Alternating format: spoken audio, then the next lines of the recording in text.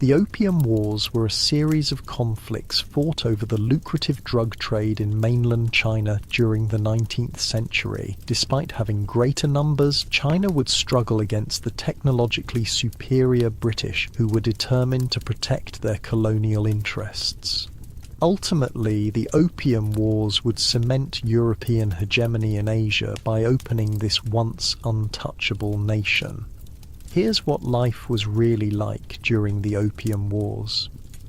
Before we start, likes and subscribes help me keep making these. Where are you listening from? Drop your city and time in the comments. I'm always reading them thinking, wait, people in New Zealand listen to history stories to sleep? We're heading to 19th century China in a minute. First though, get comfortable. Seriously, take a second. Adjust whatever needs adjusting. You're not going to want to move once we start. The morning fog hangs thick over the Pearl River. You open your eyes in your cramped quarters aboard a British merchant ship anchored off the coast of Canton. The wooden planks creak beneath you as the vessel gently rocks. Outside, you can already hear the shouts of Chinese sampan operators ferrying goods and passengers to shore. It's 1830, and you're one of Britain's many ambitious merchants hoping to make a fortune in the China trade. Unlike your comfortable bed back home, you're sleeping on a narrow bunk in a cabin that smells of mildew, salt, and that faint hint of opium that never quite washes away. You rise and splash your face with water from a basin. The water's brackish, not like the clean glass by your bedside right now. Through the small porthole, you can see the sprawling city of Canton, the only Chinese port where foreigners like you are allowed to trade. And even here, you're restricted to a tiny area known as the 13 Factories. A small strip of land where Western merchants are corralled like expensive cattle. Morning, calls your business partner Thomas as you emerge on deck. Tea prices are up again, the company's scrambling to find enough silver to pay. This is the problem that's been giving every British merchant heartburn. Britain has developed an absolute obsession with Chinese goods. Tea especially, but also silk and porcelain. The Chinese, meanwhile, have zero interest in anything Britain produces. You know what the numbers are now? Thomas asks, pouring you a cup of Chinese tea. 7 million pounds of tea. That's how much Britain imported last year. 7 million. And how much did we sell to the Chinese? You stare into your teacup. Not enough. Not enough is right, Thomas scoffs. They don't want our wool, they don't want our cotton, they sure as hell don't want our food. All they'll take is silver, and silver is exactly what Britain is running out of. Let me paint you a picture of what's happening here. Imagine you love shopping at one particular store. You go there every week and buy everything. Your food, your clothes, your furniture. But this store won't accept your credit cards or checks. They only take gold coins. So week after week, you empty your safe, handing over more gold coins. Eventually, you're going to run out, right? That's Britain's problem with China, and it's getting worse. In your lifetime, you've watched as Britain transformed into the most powerful nation on earth. The Industrial Revolution has filled British cities with factories and smoke. The middle class is growing, and they all want the same thing: tea. The British East India Company has held a monopoly on this trade for years, but even they can't solve the basic math problem. Britain wants more Chinese goods than China wants British goods. So, Thomas says, lowering his voice conspiratorially, have you considered the other option? You know what he means immediately. Opium. Opium isn't new in China. It's been used medicinally for centuries. But the recreational smoking of opium, that's relatively new and it's spreading like wildfire. And conveniently enough, Britain controls India, where opium poppies grow beautifully. It's technically illegal, you mutter, glancing around the deck. Thomas laughs. So is breathing Chinese air without the emperor's permission. Look, everyone's doing it. We buy opium in India, sell it to Chinese smugglers here, then use that silver to buy tea. The company gets its tea, Britain keeps its silver, and we make a fortune in between. He's not wrong. Despite the Chinese emperor's official ban on opium in 1796, by the 1820s, opium has become Britain's unofficial solution to its trade problem. And it's working. The trade deficit is reversing.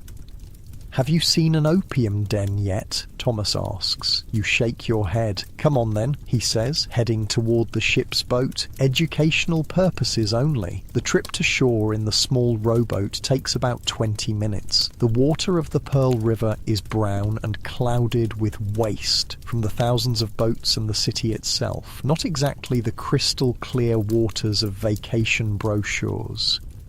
Canton sprawls before you, a city of over 1 million people crammed into narrow streets and alleys, but you won't be seeing much of it. As a foreign devil, or fan gui as the Chinese call you, you're restricted to the small trading area near the waterfront. "This way," Thomas says, leading you through the narrow streets of the foreign quarter. You pass other Europeans in Western dress, Chinese merchants in traditional robes, and street vendors selling steaming bowls of congee and dumplings. The smell hits you first, a sickly sweet aroma that reminds you vaguely of burning sugar and something more medicinal. Thomas ducks down an alleyway and knocks 3 times on a nondescript door. It opens just enough to reveal a pair of suspicious eyes. Thomas mutters something in pidgin Chinese, and the door swings open. Inside, the room is dimly lit and hazy with smoke. On simple wooden platforms lie perhaps a dozen Chinese men, each with a long pipe, their eyes glazed over in various states of intoxication. "Jesus," you whisper. "British entrepreneurship at its finest," Thomas says with a smirk. "From India to China to Britain's teacups, the perfect triangle." You're watching the destruction of lives in real time. Some of these men look like they haven't moved in days. Their skin is sallow, their bodies thin. They get addicted fast, Thomas explains, speaking as if discussing the weather. Once they start, they need more and more. Good for business, obviously. "How much is coming in now?" you ask. "About 4,500 chests per year. Each chest holds around 140 pounds of opium." Do the math. That's over 600,000 pounds of opium pouring into China annually, and growing. The Chinese government is trying to stop it, Thomas continues as you leave the den, the sweet smoke clinging to your clothes. But their own officials are getting rich off bribes. Hard to stop something when the people enforcing the ban are taking payoffs to look the other way. Back in the foreign quarter, you pass the offices of Jardine, Matheson & Co., one of the largest British trading firms. They've built a fortune on opium. Their ships sail from India laden with the drug, transfer it to smaller vessels outside Chinese waters, then Chinese smugglers bring it ashore at night. The emperor can ban it all he wants, Thomas says, but as long as Chinese people want to smoke it and Chinese officials want bribes to ignore it, the trade will continue. You stop at a tea house where several British merchants are gathered around a table, arguing heatedly. The company's monopoly is ending next year, one says. Parliament's opening the China trade to everyone. About bloody time, another replies. The East India Company's had their chance. Let the rest of us have a go. This is big news. Since 1600, the British East India Company has had a stranglehold on trade with the East. Its monopoly made it effectively a state within a state with its own army and territories. But times are changing. The idea of free trade is taking hold in Britain, and monopolies are falling out of favour.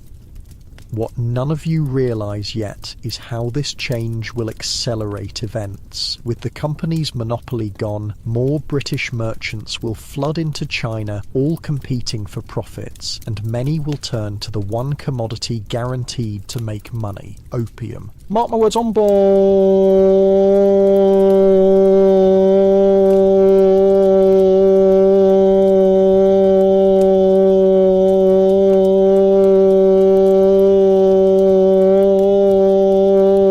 The table says, lowering his voice. The Chinese will eventually crack down for real. Then what? Will Britain protect our interests?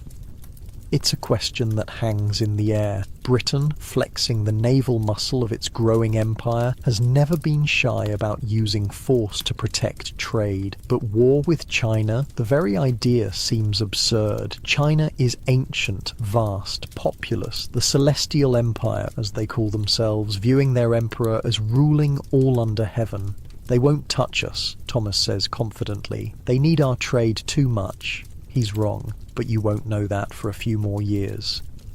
As the sun begins to set, you return to the ship. From the deck, Canton glows with lantern light. It's beautiful in its way, this ancient city on the edge of an empire that considers itself the centre of the world.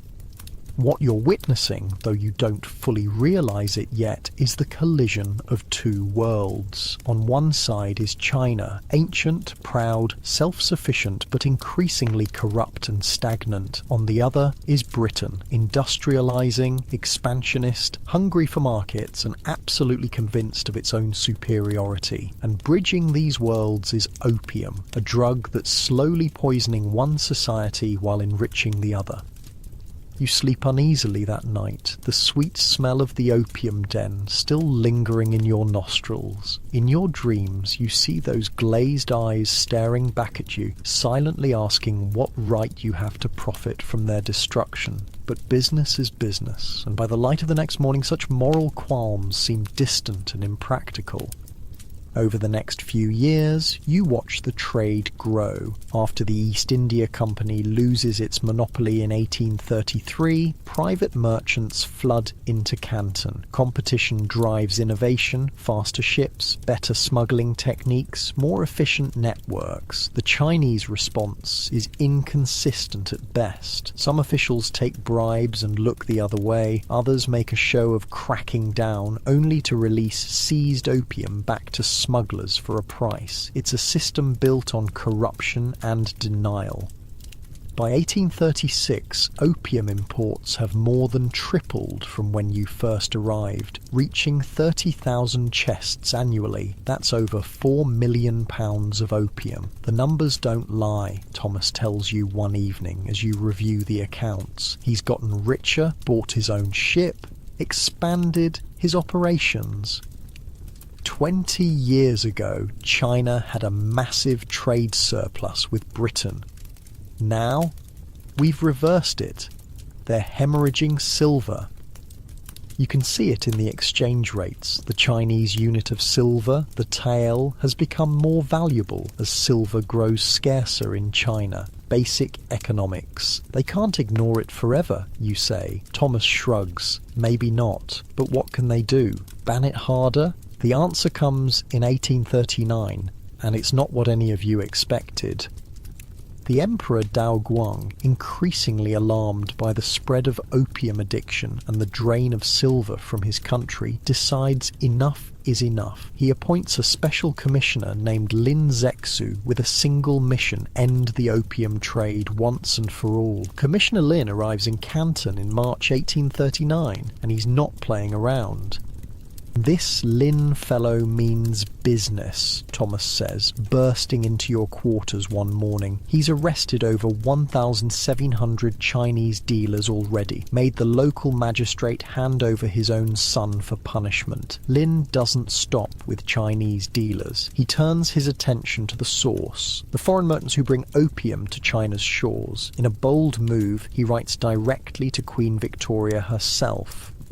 "Your Majesty," Thomas reads aloud from a translated copy circulating among the merchants, "how can you let your subjects bring such harmful things to another country? Your nation makes laws against opium. Why would you then sell it to us?" It's a fair question. Opium is strictly controlled back in Britain. Laudanum, opium dissolved in alcohol, is available as medicine, but the pure opium being sold to China would never be permitted for recreational use at home. But Lin's letter never reaches the Queen, and even if it had, British trade interests would likely have prevailed over moral considerations. Commissioner Lin escalates. He demands that all foreign merchants surrender their opium stocks for destruction. When they refuse, he blockades the foreign quarter, cutting off food and supplies. "He's trapping us like rats," Thomas fumes. "No one in, no one out, until we hand over the opium." The British Superintendent of Trade, Charles Elliot, finds himself in an impossible position. He orders the merchants to surrender their opium, promising they'll be compensated by the British government. Reluctantly, they comply. Over the next few weeks, you watch from your ship as thousands of chests of opium are surrendered to Lin's forces. The value is staggering. Millions of pounds worth of opium, the product of countless acres of Indian poppy fields and years of trade. Lin's men take the opium to a beach outside Canton. There they dig enormous trenches, fill them with the drug, add salt and lime, then flush the mixture out to sea with water. It takes weeks to destroy it all. 20,000 chests, Thomas says quietly as you watch from a distance. Over £2 million of opium. Gone. The destruction of the opium should have been the end of it. Lin had eliminated the immediate supply and sent a clear message. But there's a problem. The British merchants, yourself included, still want to be paid for that opium, and not by the British government, by the Chinese. It was their government that took our property, as one merchant puts it. They should pay for it. Commissioner Lin, however, sees things differently. In his view, he's confiscated contraband, illegal goods that shouldn't have been in China in the first place. The very idea that China should pay compensation for destroying an illegal drug being smuggled into the country seems absurd to him.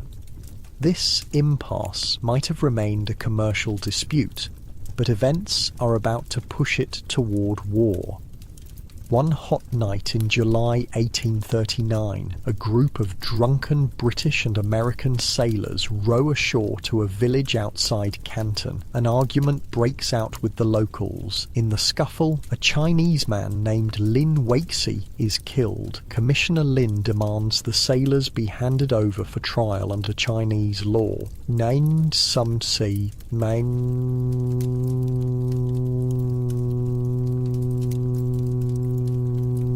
which could mean execution. "They'll behead them all," Thomas exclaims when the news spreads through the merchant community. The British refuse to hand over their citizens to the Chinese legal system. Instead, the sailors are tried in a British court, receiving what the Chinese view as a laughably light sentence. Lin, furious at this defiance, takes drastic action. He orders all Chinese servants to leave the foreign quarter and forbids the sale of food to the British. "He's trying to starve us out," Thomas says grimly, "forces our hand." With tensions escalating daily, British ships fire on Chinese war junks in what will later be called the Battle of Kowloon, the first military engagement of what's about to become the First Opium War. You stand on the deck of your ship, watching the smoke rise from the battle in the distance. This trade dispute over drugs has just become something much larger, a clash between empires with vastly different worldviews and power dynamics. And you, along with every other merchant in Canton, are caught in the middle of what will become one of the most consequential conflicts of the century. War, Thomas says quietly beside you, over opium. Who would have thought? But of course, it's about more than just opium. It's about sovereignty, trade rights, diplomatic equality, all the complex issues that arise when two powerful civilizations collide. And as night falls over Canton, neither you nor anyone else can predict just how dramatically this war will reshape China, Britain, and the balance of power in Asia for the next century. The news arrives on your desk like a death sentence. 23 more cases yesterday, High Magistrate, your assistant says quietly, placing the report before you. 3 dead from overdose. 1 entire family sold their ancestral home for opium money. You rub your temples, feeling the weight of your official hat, the symbol of your rank in the Qing bureaucracy. Outside your window, Canton continues its business in the pale morning light, the same Canton you've sworn to protect as a regional magistrate. The year is 1838 and you're drowning in reports of opium. What began as a trickle has become a flood that threatens to sweep away the very foundations of Chinese society. Any more seizures? You ask. Your assistant shakes his head. The smugglers are getting smarter. They're bribing the Coast Guard now. Of course they are. The corruption spreads as fast as the addiction itself. You rise from your desk and walk to the window. From here you can see the foreign quarter, the 13 factories where the British, Americans and other foreigners conduct their business. Beyond that, the Pearl River, crowded with ships from around the world. It wasn't always like this. You remember when foreign trade was manageable, controlled through the Kohong, the Guild of Chinese merchants authorized to deal with foreigners. The system worked for centuries. Foreigners stayed in their designated area, followed Chinese laws, and trade benefited everyone. But opium changed everything. Another report from Fujian province. Your assistant continues, handing you another scroll. The governor estimates 1 in 4 adult males now smokes opium. 1 in 4. The number stuns you. In some coastal villages it's even worse. Entire male populations addicted, unable to work, spending every copper coin on the drug. And the silver, your assistant's expression darkens, continuing to flow out. Exchange rates are rising weekly. This might be the most dangerous aspect of all. For centuries, China's economy has run on silver. Now, so much silver is leaving the country to pay for opium that the entire economic system is under threat. You've seen the effects firsthand. Last week, you visited a village where farmers couldn't afford seed for the next planting season because the price in silver had risen so high. If this continues, famine isn't far behind. The emperor is aware, you ask? Very. There are rumours he's appointing a special commissioner. You've heard these rumours too. Emperor Daoguang is known to be deeply troubled by the opium crisis. Unlike some of his predecessors who lived in blissful isolation in the Forbidden City, Daoguang seems to understand the existential threat opium poses. Later that day, you attend a meeting of local officials at the governor's compound. The mood is grim. One after another, officials report on the spread of opium addiction in their districts. My Coast Guard seized 3 small boats last week, says a maritime official. Over 200 pounds of opium bound for inland distribution. That's nothing, scoffs another. For every boat you catch, 20 slip through. An older official speaks up. In my 50 years of service, I've never seen a threat like this. The barbarians are waging war on us without firing a shot. There's murmured agreement around the table. You notice some officials shifting uncomfortably. Those who you suspect are taking bribes from smugglers. What do we do? Someone finally asks. We've banned it repeatedly. The Emperor's decrees mean nothing if we cannot enforce them. The governor, a thin man with a wispy beard, looks around the table. I've received word from Beijing. The emperor is indeed appointing a special commissioner with extraordinary powers. Lin Zexu, the viceroy of Huguang. A ripple of surprise runs through the room. Lin Zexu is known throughout the bureaucracy as incorruptible, intelligent and effective, a true Confucian scholar official of the old school. When does he arrive, you ask? Spring, the governor replies, and he comes with the emperor's full authority. As the meeting disperses, an older colleague pulls you aside. You've been to the foreign quarter, haven't you? Speak their devil language? You nod cautiously. Unlike most officials, you've made it a point to learn some English and to understand how the foreigners think. Lin will need men who understand the barbarians, he says. Be ready. The months pass, and the situation only worsens. The streets of Canton now feature a new, haunting sight. Opium addicts in the final stages, their bodies wasted, skin hanging from bones, eyes hollow and desperate. You remember one man particularly, a scholar who once wrote beautiful poetry. Now he lies in an alley, pipe in hand, his talented fingers stained yellow, his mind lost in opium dreams. For him, the Middle Kingdom has already fallen. Spring arrives with peach blossoms and a flurry of activity. Commissioner Lin enters Canton with all the ceremony befitting his rank, drums, banners, and a procession of guards and officials stretching half a mile. You're summoned to his temporary residence the very next day. Lin Zexu is not what you expected. In place of an imposing figure, you find a slight, scholarly man with bright, intelligent eyes that seem to look straight through you. You speak the barbarian tongue? He asks without preamble. Some, Excellency. Enough to communicate. Lin nods, gesturing to a chair. Tell me what you've observed. For the next hour, you detail everything you've seen of the opium trade, the smuggling networks, the corruption, the addiction, the economic damage. Lin listens intently, occasionally making notes with a brush. When you finish, he sits in silence for a long moment. The Emperor has given me a clear mandate, he finally says. End the opium trade by any means necessary. The steel in his voice leaves no doubt that he means exactly what he says. I will need men I can trust, he continues. Men who cannot be bought. Will you serve directly under me? It's a dangerous assignment. You'll make powerful enemies among corrupt officials and opium merchants. But you bow your head anyway. It would be my honour, Excellency.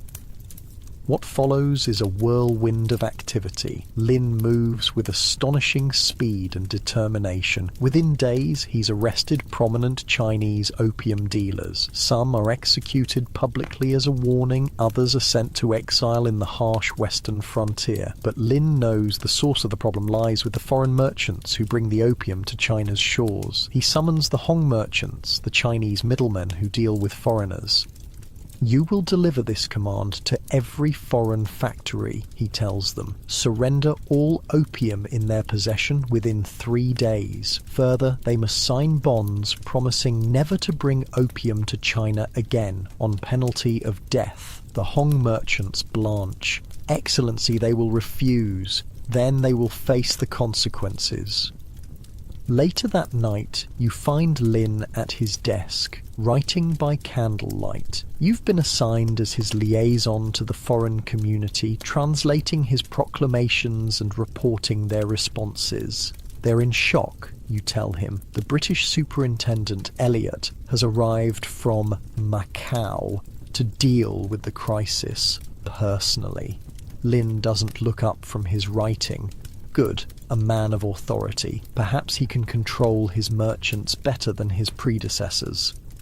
You glance at the document he's working on. It's a letter written in formal, elegant Chinese. May I ask what you're writing, Excellency? Lin pauses, setting down his brush. A letter to the Queen of England, Victoria. You can't hide your surprise. Directly to their ruler?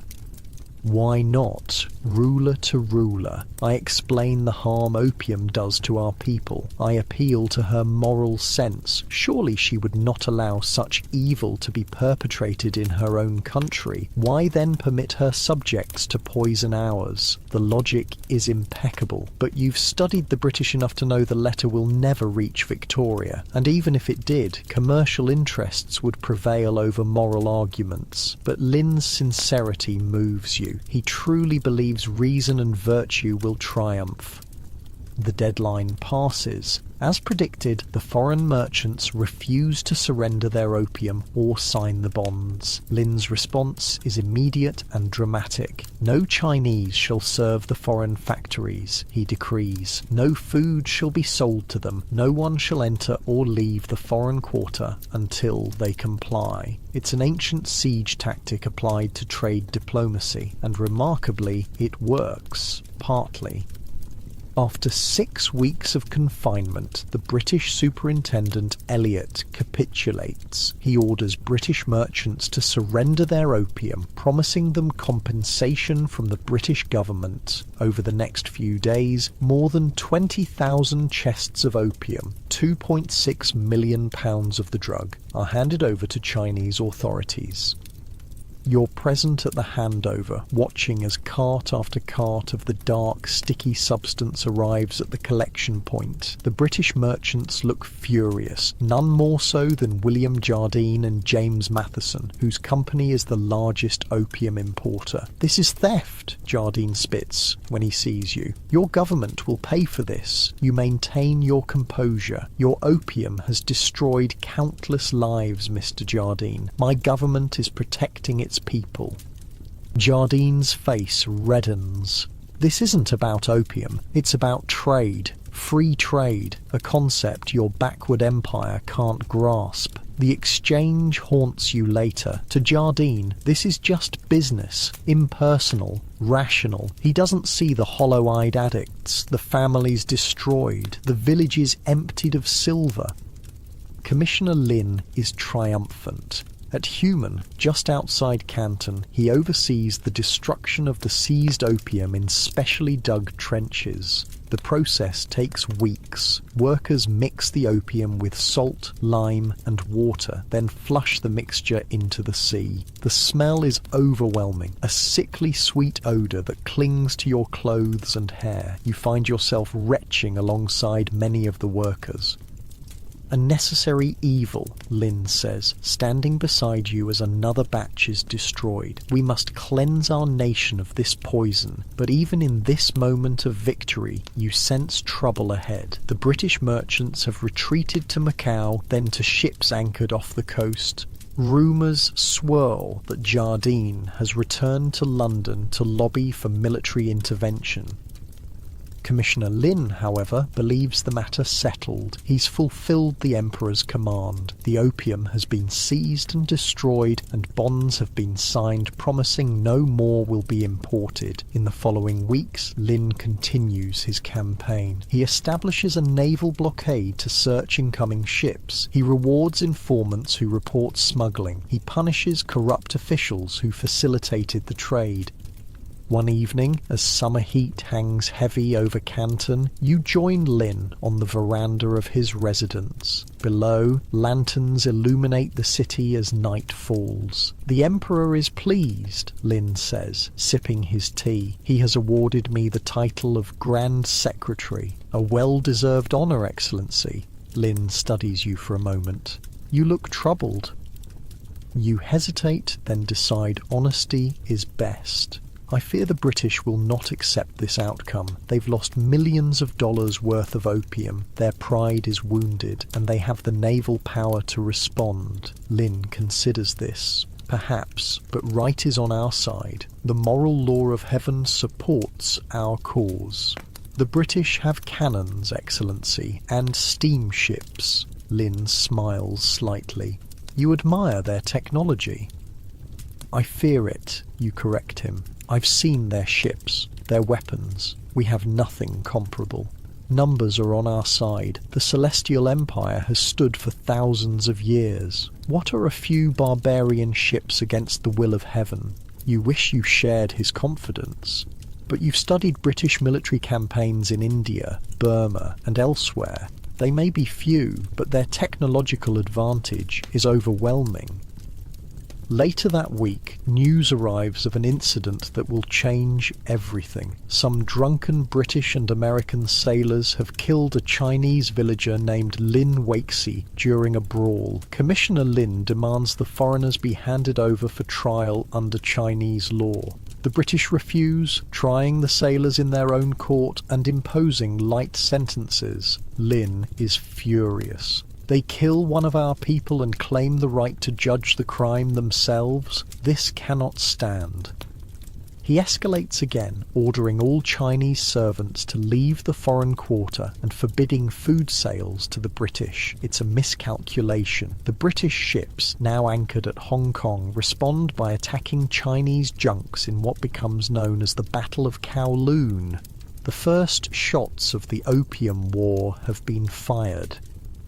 That night, as reports of the skirmish reach Canton, you find Lin again at his desk, writing by candlelight. He looks older suddenly, the weight of events pressing down on his shoulders. "What are you writing, Excellency?" "A report to the Emperor. I've requested reinforcements for the coastal defences." You nod, knowing it won't be enough. Not against British warships, but Lin, for all his wisdom, doesn't understand the threat. Few in the imperial court do.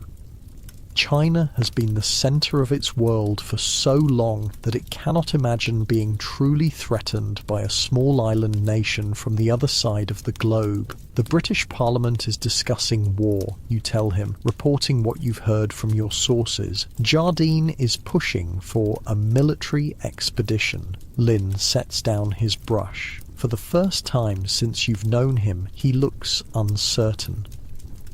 Why? We've acted according to our laws. Opium is banned. We seized contraband. What nation would go to war over the right to poison another? It's a reasonable question, but reason has little to do with what's coming. In the months that follow, tension builds along the coast.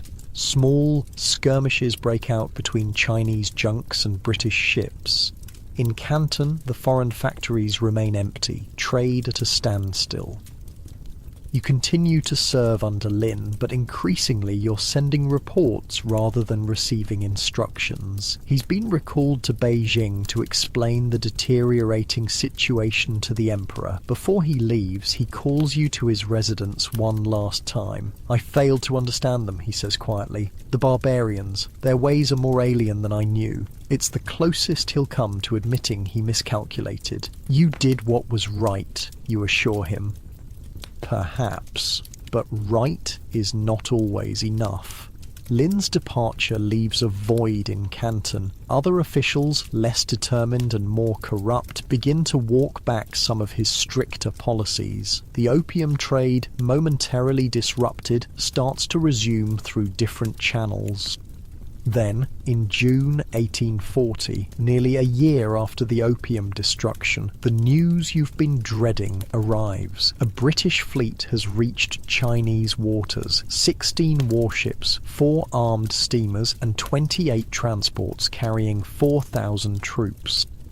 The First Opium War has officially begun, though no formal declaration has been made. It's a war unlike any China has faced before. Not a border conflict with nomadic tribes or a dynastic rebellion, but a clash with a technologically superior foreign power driven by commercial interests. As you watch the sun set over Canton that evening, you wonder what Commissioner Lin would say now. Would he still believe in the protection of heaven, the moral supremacy of China's cause?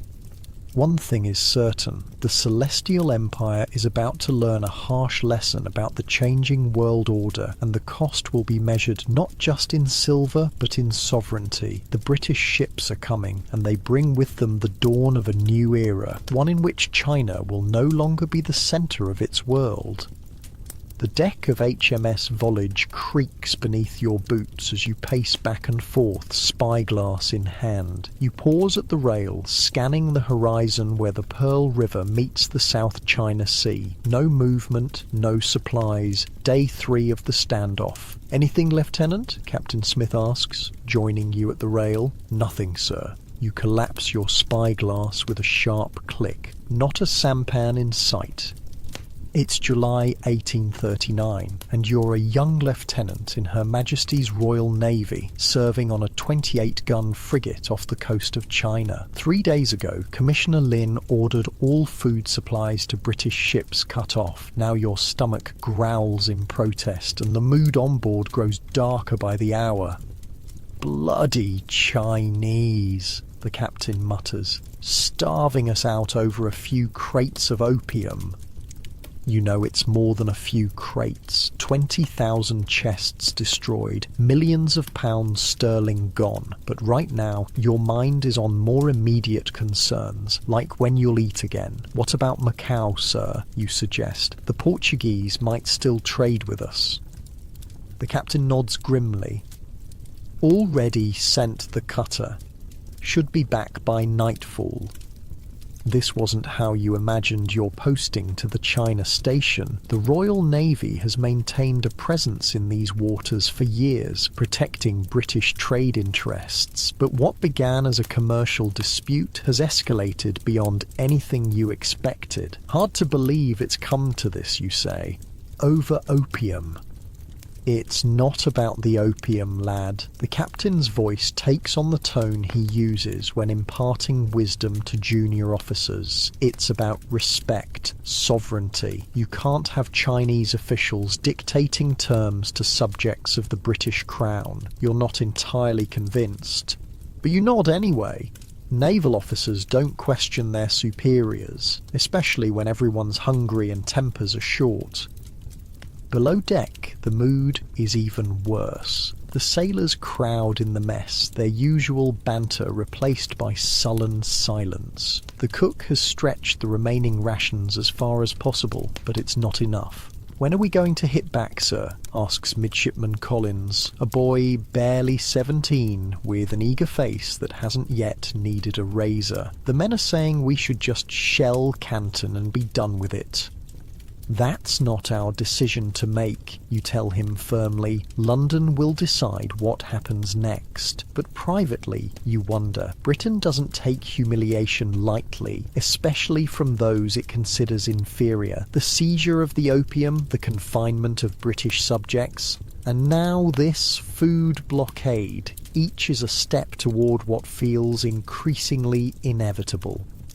That evening, the cutter returns from Macau with grim news. The Chinese have pressured the Portuguese to refuse supplies to British ships as well. "We'll need to sail south," the captain announces at the officers' meeting, "Singapore or Manila for provisions. We can't hold station here without food."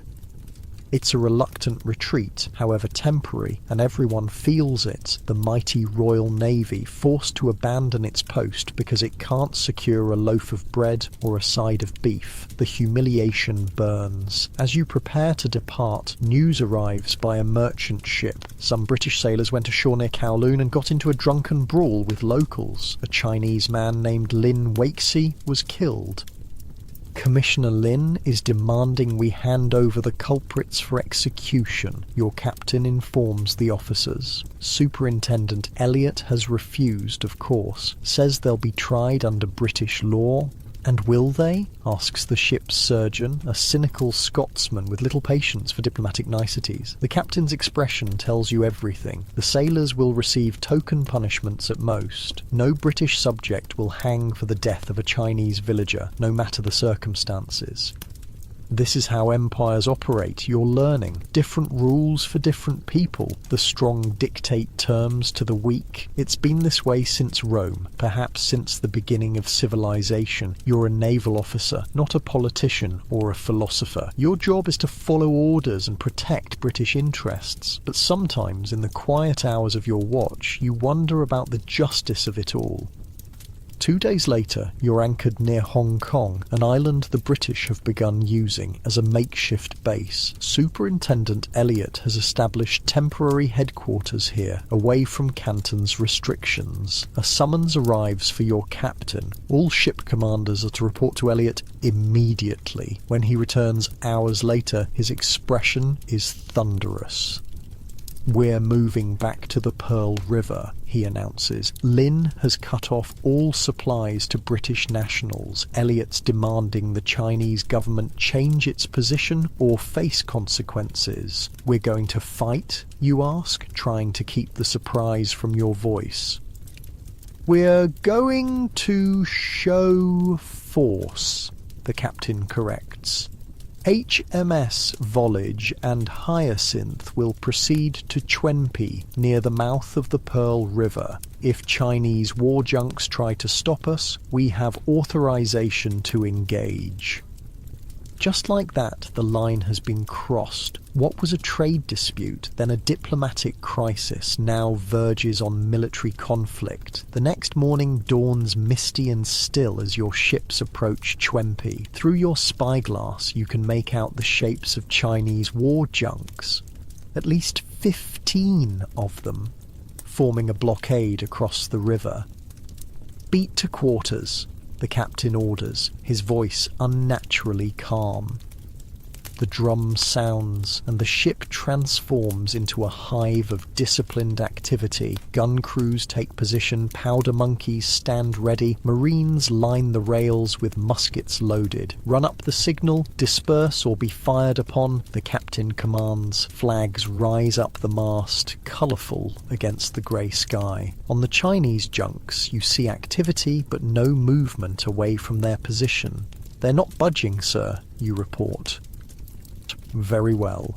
The captain takes a deep breath. Fire a warning shot across their bow. The forward gun roars to life, sending a ball splashing into the water just ahead of the lead junk. The sound echoes across the water, hanging in the air like a question. The answer comes minutes later. A puff of smoke from the Chinese flagship, then the distant boom of a cannon. Their shot falls well short, sending up a plume of water halfway between your vessels. "So that's how it is," the captain says quietly. Then, louder, "Target the lead vessel. Fire as you bear." The gun crews leap into action. The ship's side erupts in flame and smoke as the cannons discharge in sequence. Through the haze, you see several shots strike the lead junk. Wood splinters fly. Men dive overboard. What happens next unfolds with surreal clarity. The Chinese ships advance, firing their cannons with more enthusiasm than accuracy. Your ships respond with disciplined broadsides. The difference in firepower and training is immediately apparent. Within 30 minutes, 4 Chinese junks are sinking, and 3 more heavily damaged. The remainder scatter, retreating upriver in disarray. Not one British sailor is killed, though 2 suffer minor wounds from splinters. It's not a battle so much as a slaughter. The Chinese vessels, while numerous, are hopelessly outclassed by European naval technology and tactics. Their wooden junks with minimal cannon might as well be from another century compared to your ship. "Cease fire," the captain orders, as the last Chinese ship disappears around a bend in the river. Make a count of ammunition expended and damage sustained. You go about your duties mechanically, still processing what you've witnessed. Your first naval engagement, your first time seeing men die in combat. It should feel momentous, but instead it feels hollow, like swatting flies. "Not much of a fight, was it?" Midshipman Collins says, appearing at your side. His earlier eagerness has been replaced by something more sombre. "No," you agree, "not much of a fight at all." This minor skirmish, what will later be called the Battle of Chwenpi or Kowloon, is hardly worthy of the name, but you sense its significance. The first exchange of fire between British and Chinese forces, a line crossed that cannot be uncrossed. That evening, you write in your journal, trying to make sense of the day's events. You've been in the Navy since you were 12, raised on stories of Nelson and Trafalgar. You joined to fight the enemies of Britain, to protect commerce and expand the empire. But this doesn't feel like those glorious tales. "Lieutenant," the captain's steward interrupts your writing. Captain requests your presence in his cabin. You find Captain Smith studying charts, a glass of port at his elbow. He looks up as you enter. "Ah, there you are. Take a seat." He pushes the port toward you. "Thoughts on today?" You choose your words carefully. "We demonstrated our superiority, sir, but I doubt it will change their position." "Precisely." He taps the chart. "This was just the beginning. Superintendent Elliot has dispatched messengers to India. Governor-General Auckland will send reinforcements." We're preparing for war then. The captain shrugs. London hasn't declared anything yet, but yes, that's where this is headed. The Chinese need to learn they can't treat British subjects this way. Over the next few months, a strange limbo descends. Most British merchants retreat to Macau or Manila. Trade grinds to a halt. Occasional skirmishes break out between Chinese forces and British ships, but no major engagements. You patrol the waters off Hong Kong, waiting for news from London. The weather turns cooler as autumn approaches, bringing relief from the oppressive summer heat. Still, no orders come. Then, in January 1840, a ship arrives from England bearing dispatches. You're present in Superintendent Elliot's makeshift office when the captain brings them. Parliament has decided, Elliot announces after reading through the papers. They've approved military action against China. No one seems surprised. The debate had been fierce in London, with some MPs arguing against war. They questioned the morality of fighting to protect an illegal drug trade, but commercial interests prevailed, bolstered by national pride. What forces can we expect? Your captain asks. 16 warships, 4 armed steamers, 28 transports, Elliot reads. 4,000 troops initially. They'll depart from India within weeks. It's a substantial force, especially for a conflict half a world away from Britain. The Chinese, with their antiquated junks and limited cannon, won't stand a chance. In the following weeks, British newspapers arrive carrying reports of the parliamentary debates. You read them with interest, noting how the narrative has shifted. The opium, the actual cause of the conflict, is rarely mentioned. Instead, the focus is on Chinese insults to British dignity, the confinement of British subjects, the uncivilised behaviour of Commissioner Lin. Some papers publish lurid stories of Chinese cruelty toward foreigners, many exaggerated or entirely fabricated. Political cartoons depict Chinese officials as backward barbarians. Public opinion, initially divided, swings firmly behind military action. This is how wars begin, you realise, not just with cannons, but with words, with stories told to justify actions already decided upon. Spring arrives, and with it the British Expeditionary Force. The harbour at Hong Kong transforms almost overnight, filling with warships, transports and supply vessels. Military discipline replaces the relative casualness of the naval squadron. You watch from the deck of HMS Volage as troops disembark. Regiments from the British Army and sepoys from the East India Company forces. Their red coats and white crossbelts stand in stark contrast to the blue waters of the harbour.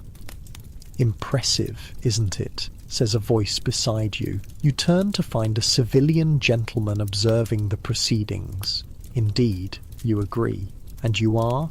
Charles Gutzlaff. He extends his hand. Interpreter and missionary. You've heard of Gutzlaff, one of the few Westerners fluent in Chinese, known for distributing Christian literature along the coast while gathering intelligence on Chinese defences. "They don't stand a chance," Gutzlaff says, nodding toward the mainland. "I've seen their forts, their troops, antiquated. The Qing military has been in decline for a century. You don't sound troubled by the prospect of war," you observe. Gutzlaff smiles thinly. "This war, however regrettable its cause, will open China to free trade and to the gospel. Both are sorely needed here." It's a common sentiment among the foreigners in China that forcing open the country is ultimately for China's own good, that free trade and Christianity will civilise this ancient empire. You're saved from responding by the approach of your captain, who informs you that Volage is to join the first offensive operation, the capture of Chusan Island as a forward base. As preparations continue, you're transferred to HMS Nemesis, one of the new iron-hulled steam vessels that have just arrived. The Nemesis represents the cutting edge of naval technology. Iron hull, steam-powered paddle wheels and pivot guns capable of firing explosive shells rather than just solid shot. She only draws 5 feet of water, the chief engineer tells you proudly as he shows you around, can sail right up the shallow Chinese rivers where no ship of the line could follow, and those paddle wheels mean we don't need favourable winds. We make our own way. The technological gap between Britain and China, already wide, just grew wider. In June 1840, the expedition finally gets underway. The plan is to blockade the Pearl River, seize Chusan Island near Ningbo, then move north to apply pressure at Tianjin, the port serving Beijing. The goal is to force the emperor to negotiate on British terms.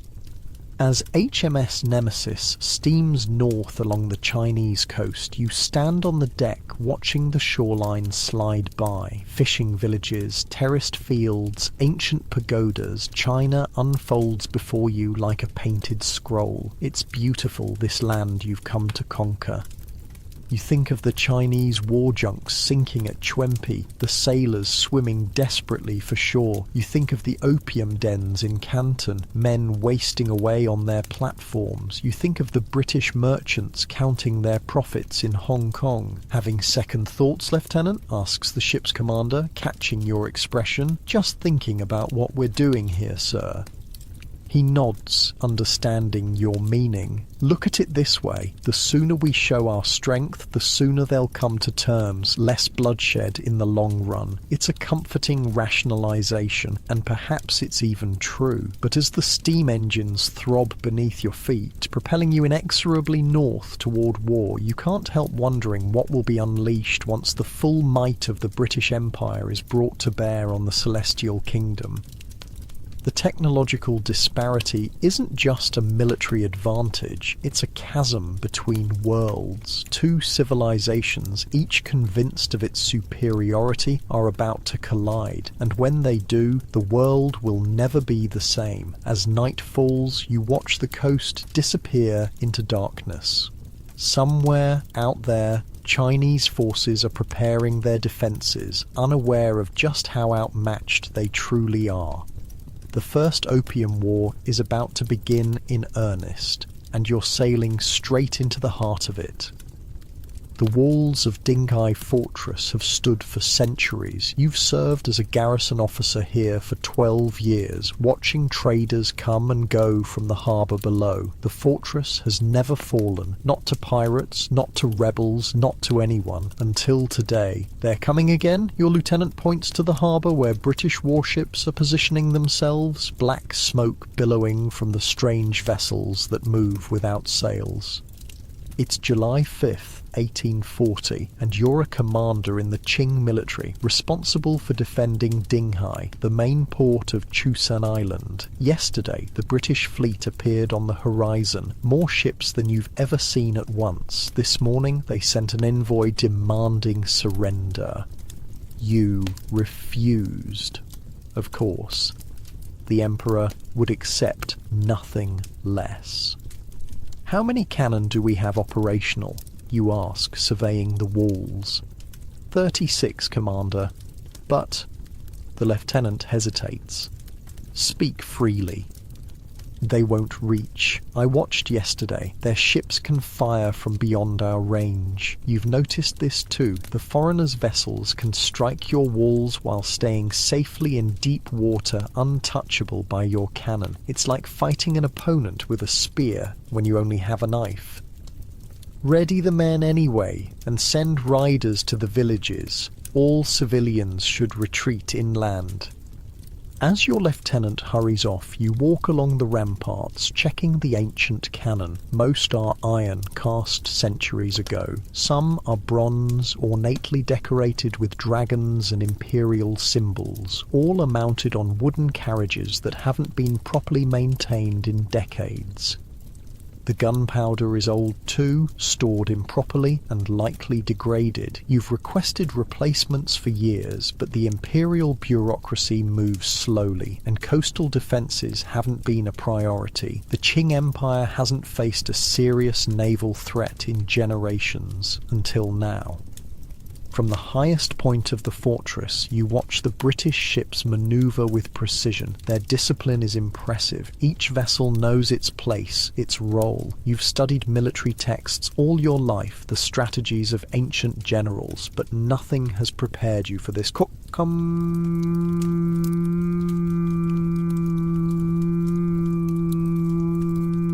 Soldier runs up, breathless.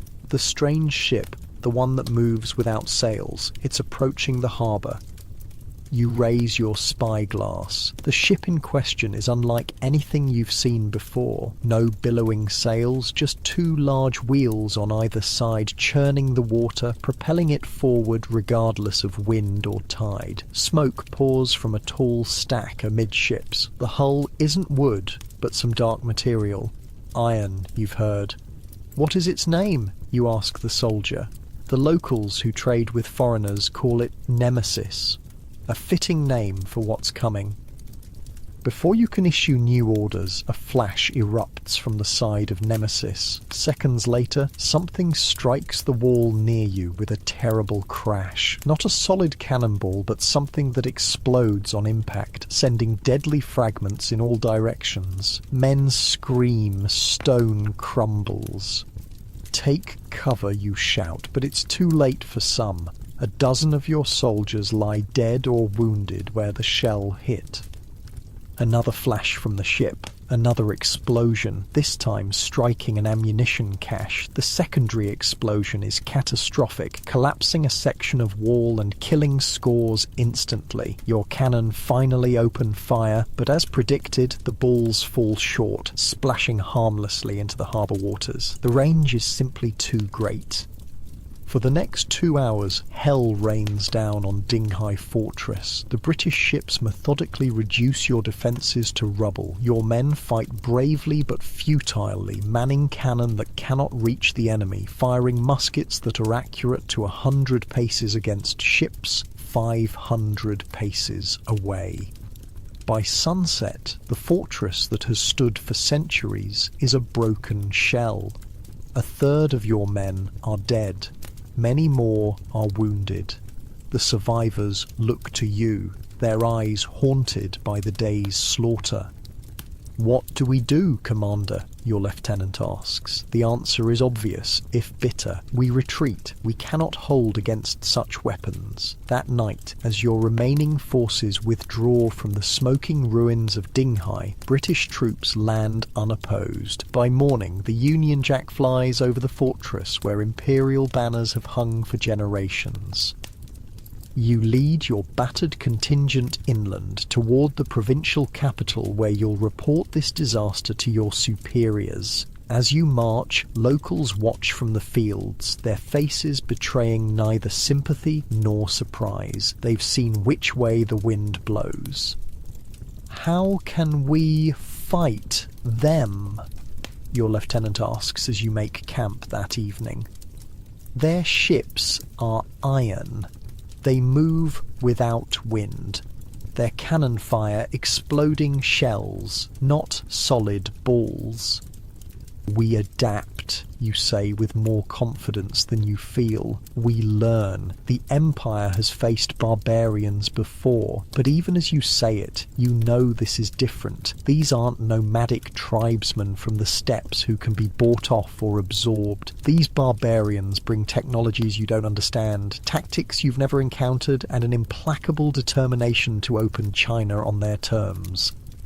Word spreads quickly of Dinghai's fall. As you journey to the provincial capital, you hear rumours of other British victories along the coast. Amoy, Ningpo, Canton, the mighty Qing Empire, which has ruled for 2 centuries, seems helpless before these foreign devils.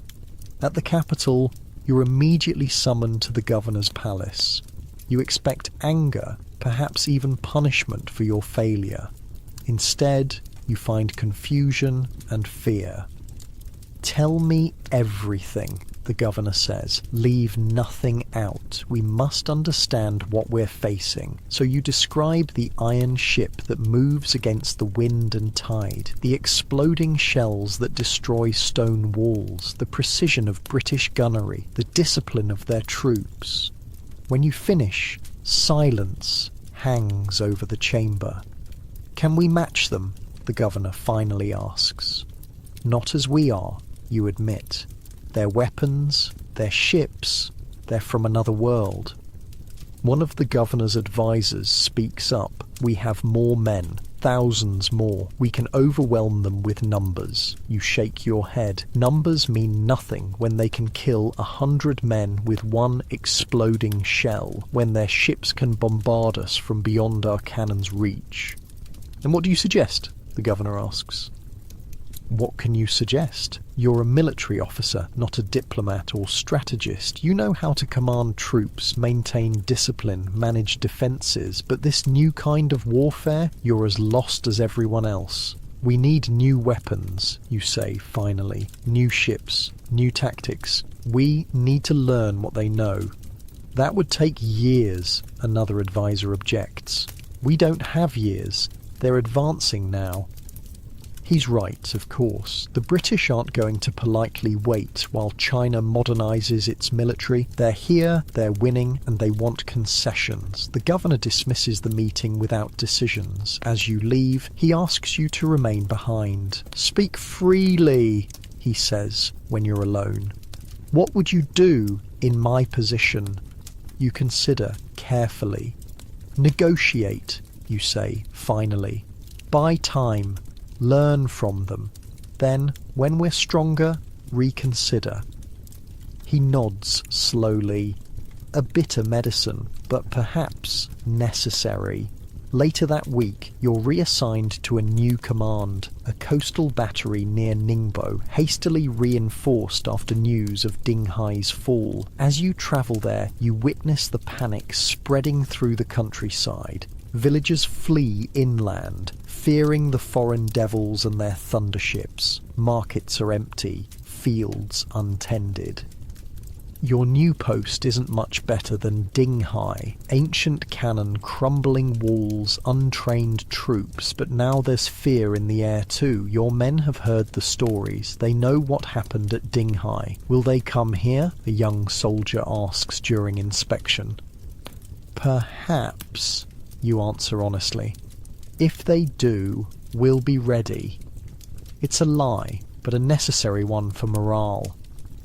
You spend the next weeks drilling your men, repairing defences, studying what little intelligence you have about British tactics. You send scouts to observe their ships from a distance. You interrogate merchants who've dealt with foreigners. One evening, a fisherman is brought to your quarters. He's been to Hong Kong, he says, seen the British building what looks like a permanent settlement. "They're not leaving," he tells you. "They're building stone buildings, piers, warehouses. They're bringing in more ships all the time." This confirms your worst fears. The British aren't here for a punitive expedition. They're here to stay. The fisherman has more to tell. "I saw their iron ship close up. Nemesis, they call it. Do you know how it moves?" You shake your head. "Fire and water," he says. "They burn coal to heat water into steam. The steam pushes great pistons that turn the paddle wheels. No sails needed, no oarsmen, just fire and water and iron." It sounds like sorcery, but you've seen it with your own eyes. Ships moving against the wind, belching smoke. The world is changing and China is being dragged along, ready or not. Days later, a messenger arrives with new orders. You're being transferred again, this time to Canton. The British have returned to the Pearl River, and every experienced officer is needed. "What about my men?" you ask. "Bring the best. Leave the rest to defend here." You select 50 of your most reliable troops and depart the next morning. The journey to Canton takes weeks, across mountains and rivers, through territories increasingly disrupted by the foreign presence. Everywhere you see signs of an empire in crisis: abandoned villages, rowdy deserters, officials fleeing their posts. Canton itself is hardly recognizable when you arrive. Once a bustling trading port, it's now a city under siege. British warships control the approaches. The foreign factories stand empty, their occupants having relocated to Hong Kong. Chinese troops have hastily constructed new defences, but you can see at a glance they won't stand against determined British assault. You report to the new commander, a tough old veteran named Admiral Guan, who's been tasked with defending the Pearl River. He doesn't waste time on pleasantries. "You've faced their ships before," he says. "Tell me how we stop them." "We don't," you reply bluntly. "Not with what we have. Their nemesis can sail in shallow water where our junks can't pursue. Their cannon outrange ours. Their shells explode on impact." Admiral Guan's expression darkens. "Then what do you propose? Surrender? Or adaptation? New tactics? We can't match them ship for ship, but perhaps we can use the river against them. Barriers, chains, fire rafts. It's desperation, and you both know it, but it's something, a plan, however slim its chances."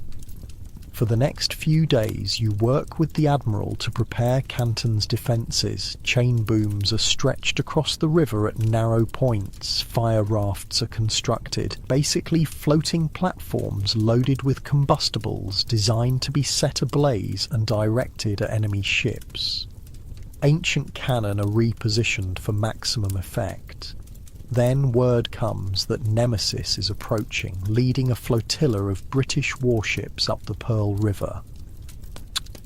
"They're testing our defences," Admiral Guan says, "probing for weakness. You take position at the main battery overlooking the river. Through your spyglass you watch Nemesis approach the first chain boom. The iron ship slows, examining the obstacle. Then, methodically, it begins firing exploding shells at the shore points where the chains are anchored. Within an hour, the chains hang loose in the water. Nemesis proceeds upriver.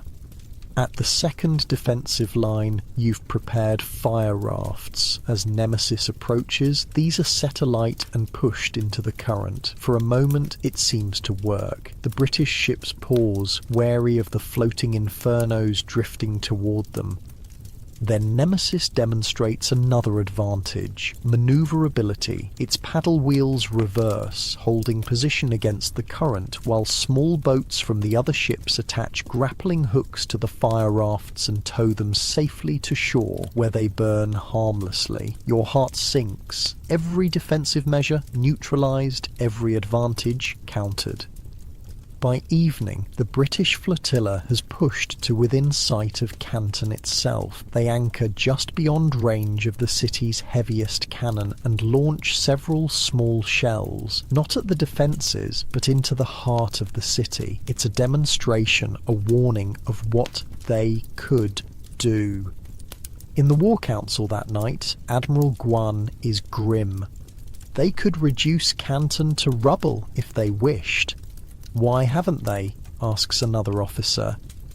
"They don't want to destroy the city," you realise. "They want to trade with it. They want access to our markets, our tea, our silk. A ruined city can't provide that. It's small comfort. The British are showing restraint, not from mercy but from commercial interest."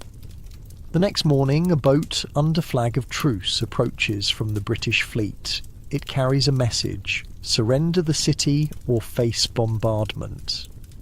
Admiral Guan has no choice. With the Emperor far away in Beijing and provincial authorities in disarray, he makes the decision himself. Canton will be handed over to British control. What happens now, you ask as you watch British Marines disembark at the waterfront. Now we lose, the Admiral says bitterly.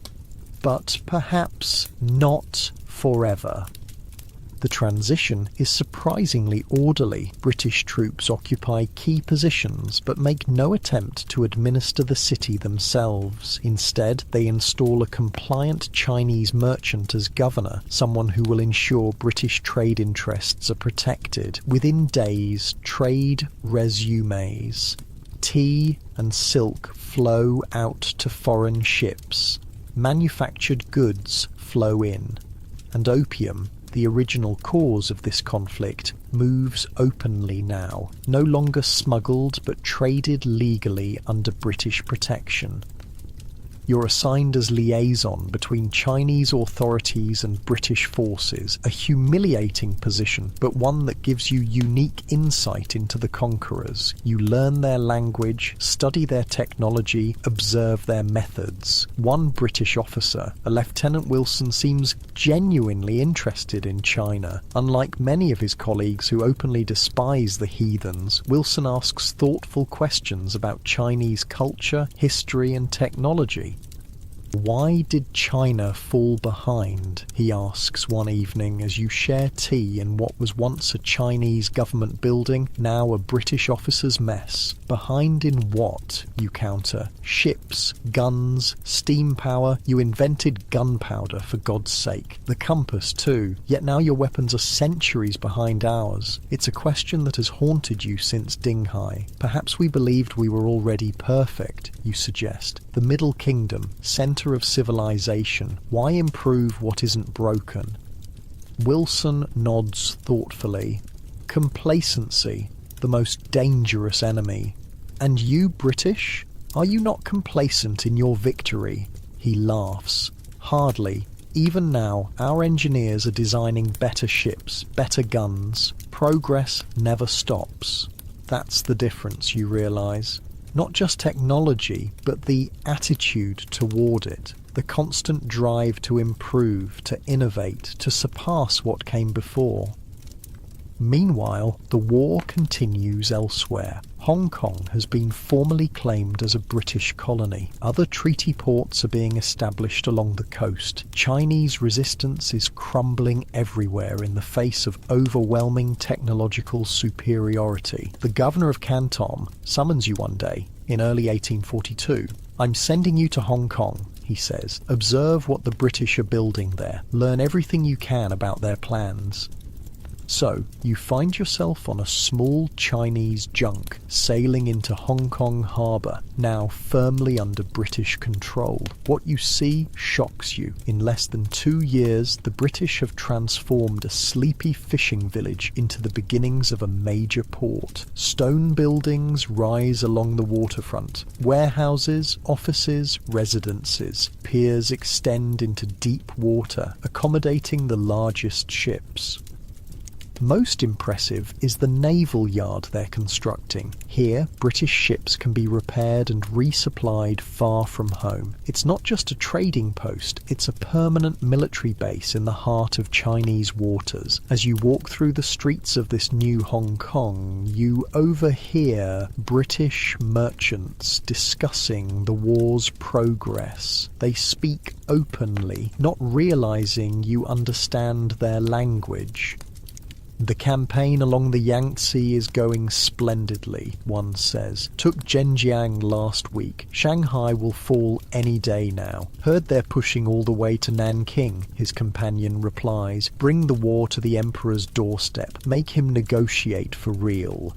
"It's worse than you feared. The British aren't just fighting for Canton or even for the treaty ports. They're striking at the heart of China, navigating the mighty Yangtze River itself, China's great artery."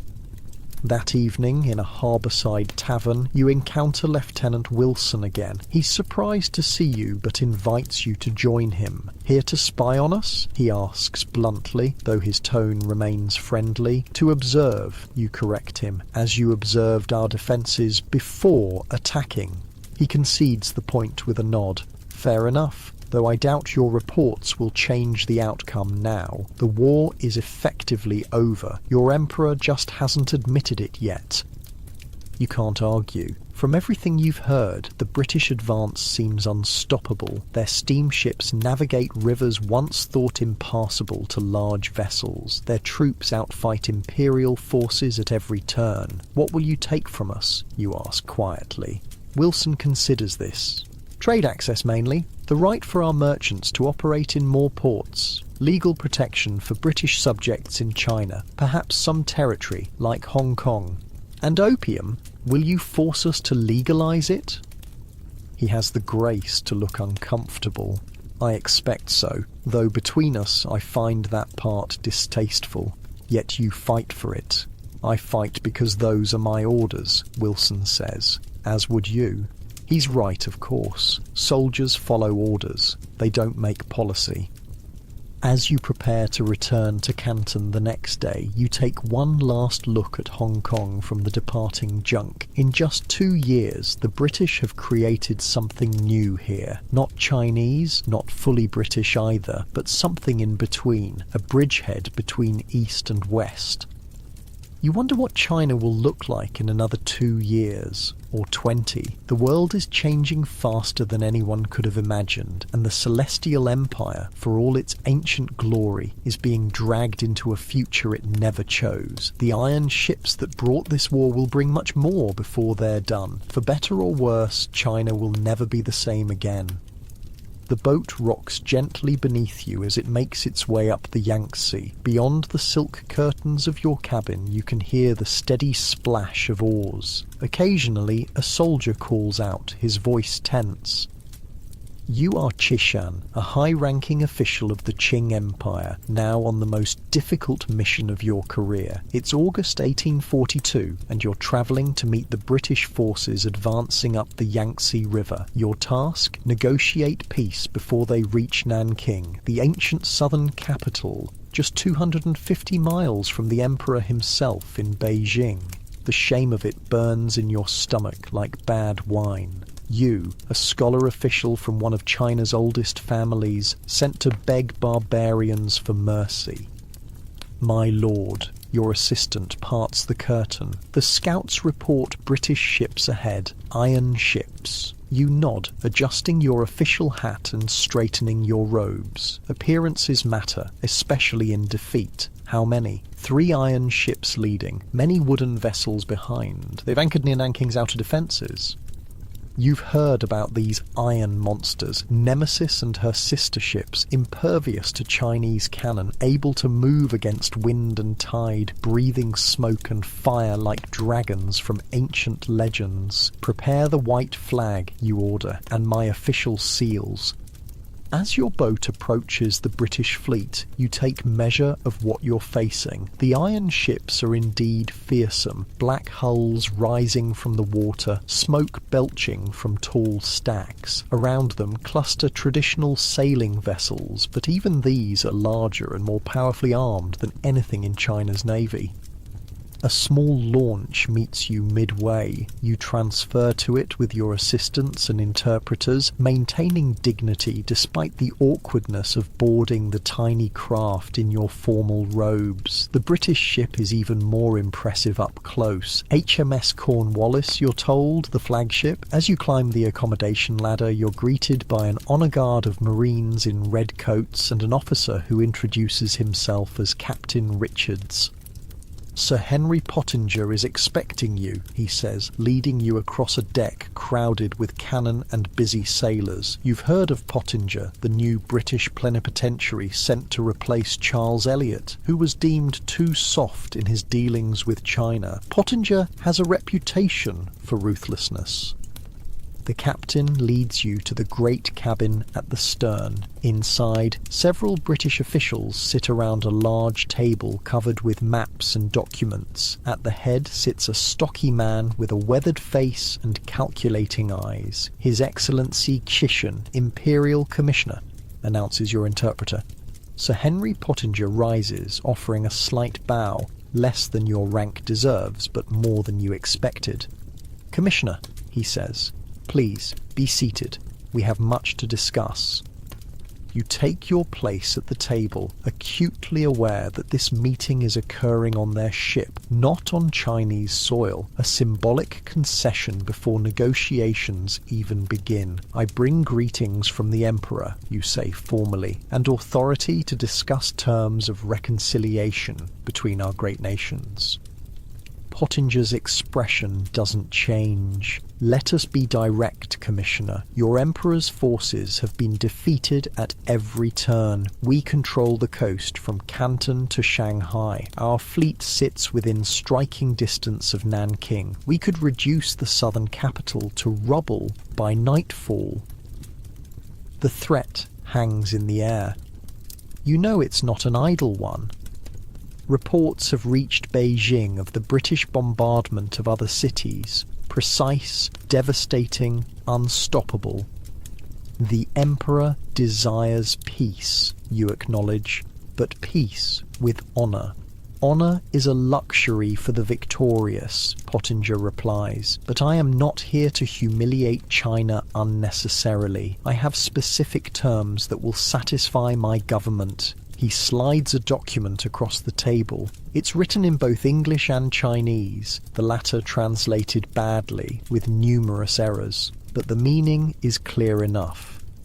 As you read, your heart sinks. The demands are even worse than you feared. Cession of Hong Kong Island, payment of $6 million silver as war reparations, opening of 5 ports to British residents and trade, establishment of fixed tariffs on imports and exports. Legal equality between British and Chinese officials. These terms are severe, you say carefully. They are non-negotiable, Pottinger responds, though I'm open to discussing implementation details. You think of your instructions from the Emperor. You're authorized to cede Hong Kong, a small, relatively unimportant island. You can agree to open some ports and pay some reparations, but the fixed tariffs, the legal equality, these strike at the very heart of how China views itself and its relationship with the outside world. For thousands of years, China has been the Middle Kingdom, the centre of civilization. Foreign nations were viewed as tributaries, not equals. Foreign merchants operated in China by imperial grace, not by right. I must consult with my colleagues, you say, buying time.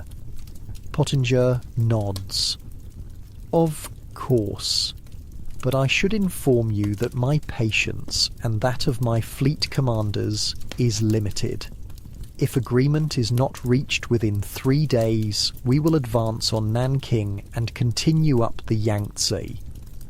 The implied threat is clear. Agree or watch the southern capital burn. Back on your boat, you confer with your assistants late into the night. Reports arrive hourly about British military movements. They're positioning artillery on the hills overlooking Nanking. Their ships are ranging up and down the river, mapping defences. They're preparing for an assault while talking peace, a strategy as old as warfare itself.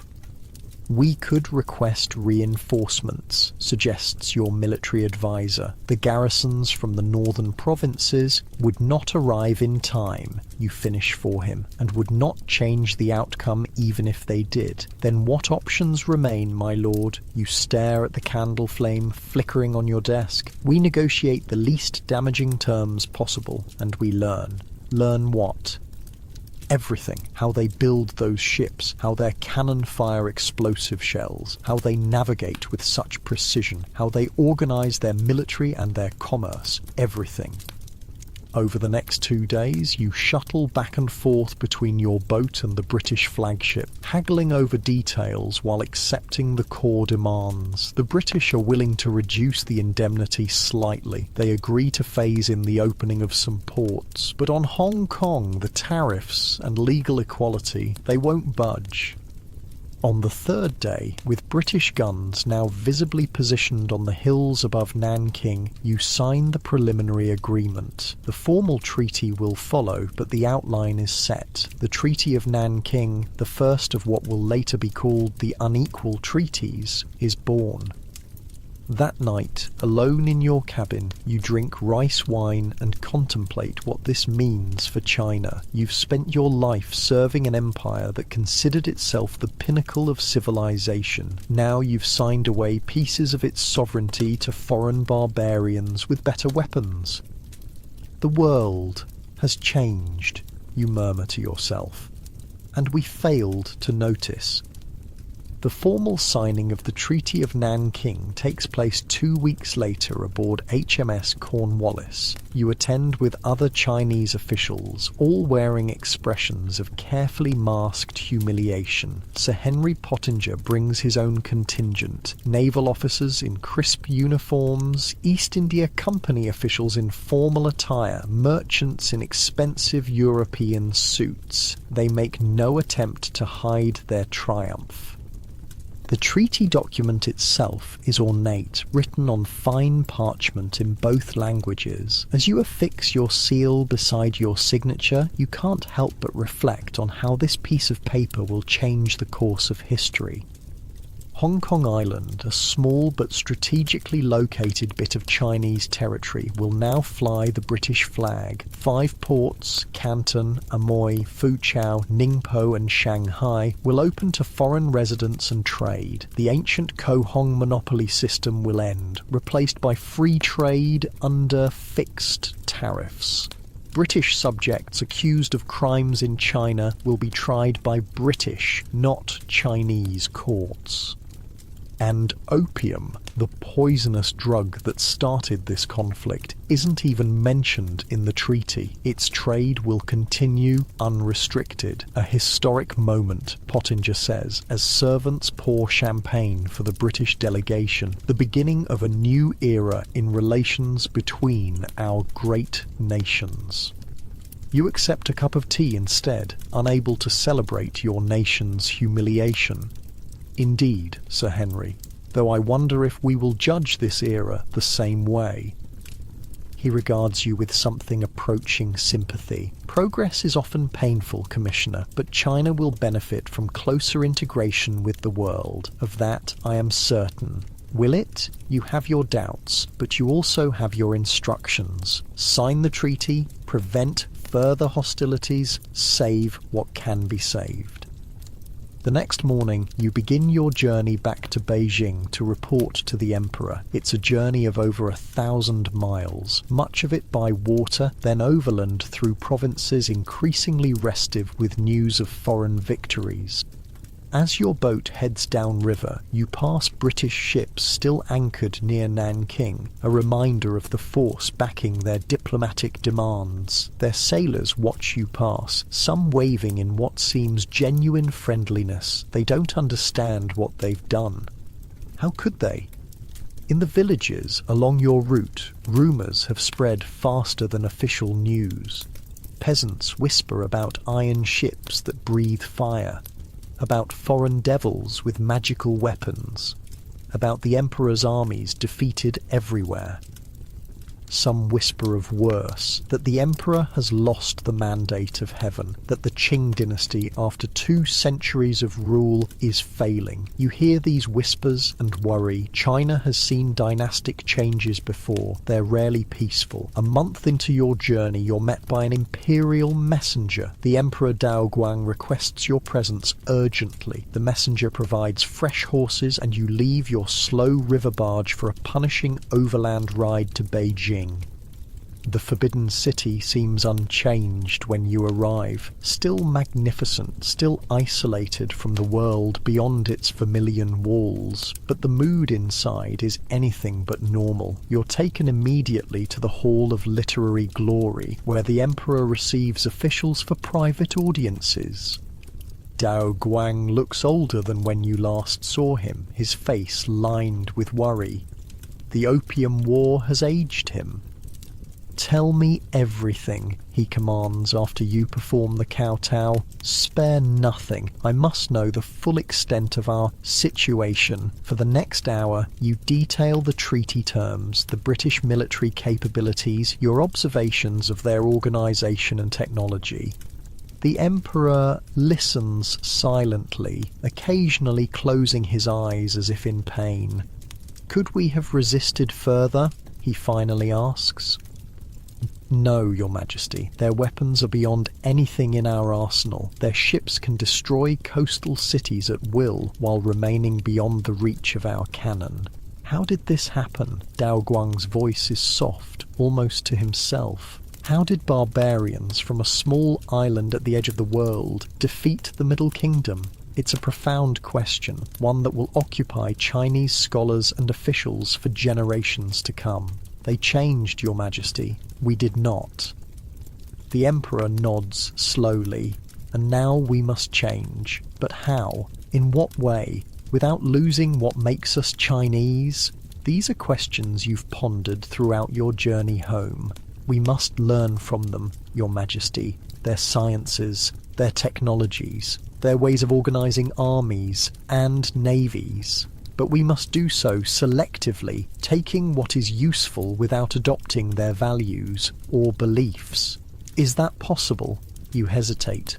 I do not know, Your Majesty, but we must try. The Emperor dismisses you with instructions to prepare a detailed written report. As you leave the hall, you realise you've just participated in a conversation that would have been unthinkable a few years ago. The Emperor of China asking how to learn from barbarians. Over the following weeks, you observe between 1100 and 1400, millions of people survived brutal European winters without electricity, central heating, or modern tools. They faced frostbite, starvation, and endless darkness, yet somehow endured. Their secret wasn't brute force, but ingenuity so subtle we've completely forgotten it today. Here's what medieval survival actually looked like, and why it might save your life when modern systems fail. Okay, so if you're here a lot, you know I ask for likes and subscribes, but seriously, where are you guys? Comment your location and time. Sometimes I see someone from California listening at 3 p.m. and I'm like, are you napping? We're heading to medieval Europe in a minute. First, though, get comfortable. Seriously, take a second. Adjust whatever needs adjusting. You're not going to want to move once we start. The cold hits first. Your eyes snap open to darkness and that bone-deep chill that tells you the fire died hours ago. Frost glitters on the inside of your wooden shutters. Your breath hangs visible in the air above you, not like your heated bedroom right now. No thermostat to bump up a few degrees, no electric blanket to switch on. You're wrapped in a scratchy wool blanket that smells faintly of smoke and sheep. The straw mattress beneath you crackles as you shift. Your joints ache from the cold, fingers stiff as you pull the blanket tighter. You're gonna be late, Elric. Your brother's voice from the darkness. Somehow, he always wakes before you do. You groan as you swing your legs over the edge of your sleeping platform. The wooden floor is like ice against your bare feet. The keeper's already heading up the hill, your brother says, already pulling on his worn leather boots. Shit, not today of all days. Hold up, you mumble, your voice thick with sleep. I'm coming. You dress quickly in the dark. Woolen underclothes, rough linen shirt, leather jerkin, thick woolen hose tied at the waist. No time to eat, no time to wash. The keeper waits for no one, not even his new apprentice. You stumble out the door behind your brother into the pre-dawn darkness of the village. The sky holds just enough light to outline the thatched rooftops against the stars. The air smells like wood smoke, damp earth, and the sour tang of the midden heap at the village edge. There he goes, your brother whispers, pointing to a hunched figure moving steadily up the path toward the forest.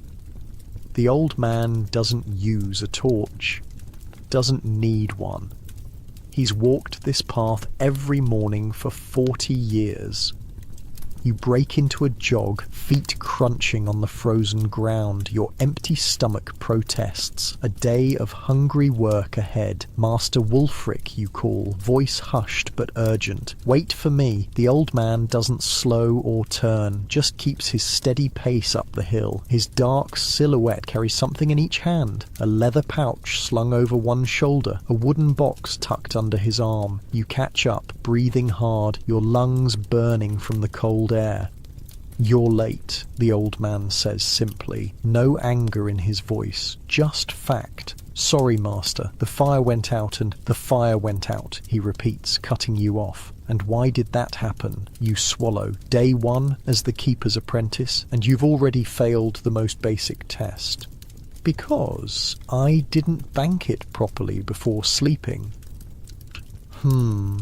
The old man finally stops, turning to look at you. His face is a maze of wrinkles in the dim light, but his eyes are sharp. And what did that cost you this morning? You're about to say something flippant, but stop yourself. The old man isn't asking about convenience.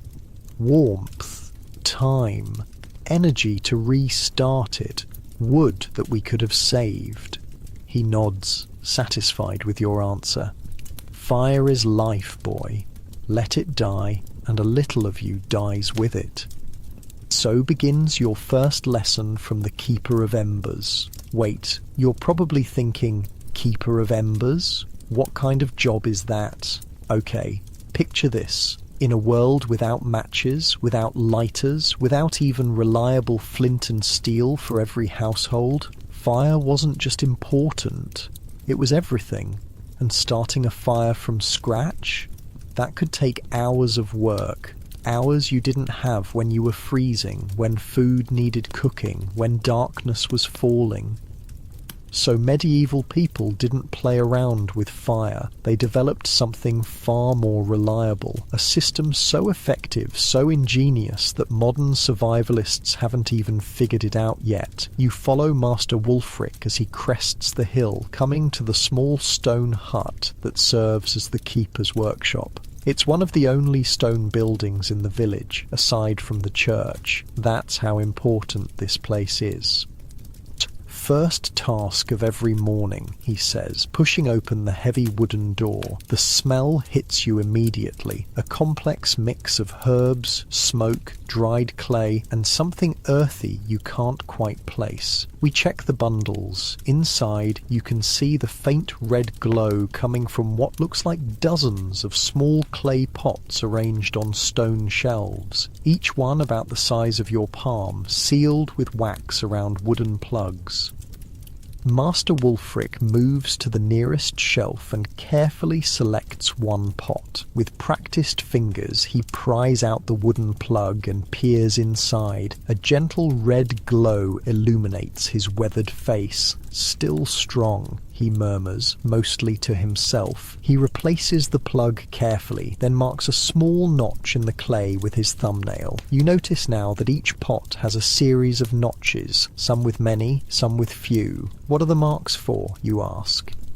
Days, he says simply. This one's been alive for 36 days now. 36 days? You can't hide your disbelief. The fire's been burning in there for over a month? The old man chuckles. Not fire, boy, ember, and this isn't even close to the record. He points to a larger pot in the corner, treated with obvious reverence. That one's been smouldering for nearly 2 months. You stare at the innocuous clay pot. How is that possible?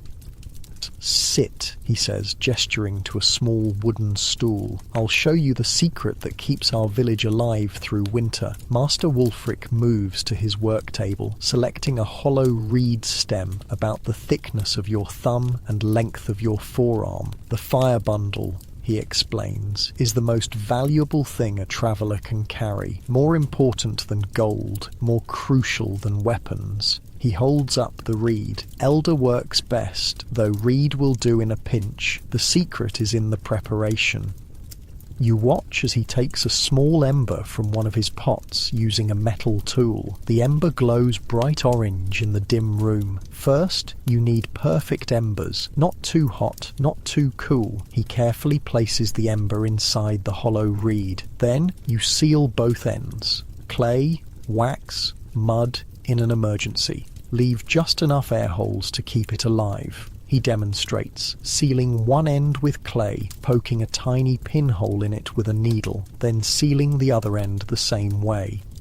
Too much air, it burns up in hours. Too little, it suffocates and dies. But get it just right.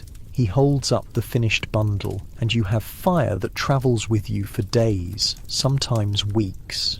That's what's in all these pots, you ask, looking around the room with new understanding.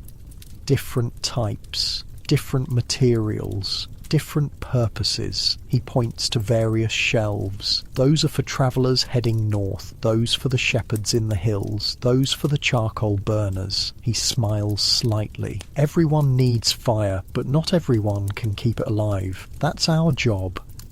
But why not just use flint and steel, you ask? It seems simpler than this elaborate system. Master Wulfric's expression darkens. Let me tell you about last winter, he says quietly. 3 weeks of rain, everything soaked through. The Oswald family tried for 2 days to strike a spark that would catch. Their youngest, little girl, couldn't have been more than 4, died of cold before they managed it. The room feels suddenly colder as his words sink in. With a fire bundle, he continues, they would have had flame in seconds, no matter the weather, no matter how wet the wood. The ember inside stays protected, stays dry. He places a hand on your shoulder. We don't just keep fire, boy, we keep people alive. Outside, the sun finally breaks over the horizon, casting long shadows through the workshop's small window. The travellers will be coming soon, Master Wulfric says, moving toward a large wooden chest in the corner. They'll need fresh bundles for their journey. He opens the chest, revealing dozens of leather pouches and small wooden containers. Each traveller gets what they need based on their journey. Short trip, small bundle, long journey, multiple bundles to rotate. You move to help him, still marvelling at the system's elegance. No batteries to run out, no fuel to carry, just patient preservation of an existing flame. Some have special designs, the old man explains, showing you a bundle with a clever sliding cover over its air hole. This one lets the carrier control the burn rate. Open it more when you need it hotter, close it to conserve. And these, you ask, pointing to some strange dried mushrooms in a ceramic bowl. Ah, Master Wulfric's face lights up. The real treasure, tinder fungus, found only on certain birch trees. These can smoulder for extraordinary periods. He picks one up reverently. The record in this village is one that kept an ember alive for over 2 months. As the morning progresses, you help Master Wulfric prepare bundles for the day's travellers. Each one carefully crafted, each ember selected for its quality, each container designed for its specific purpose.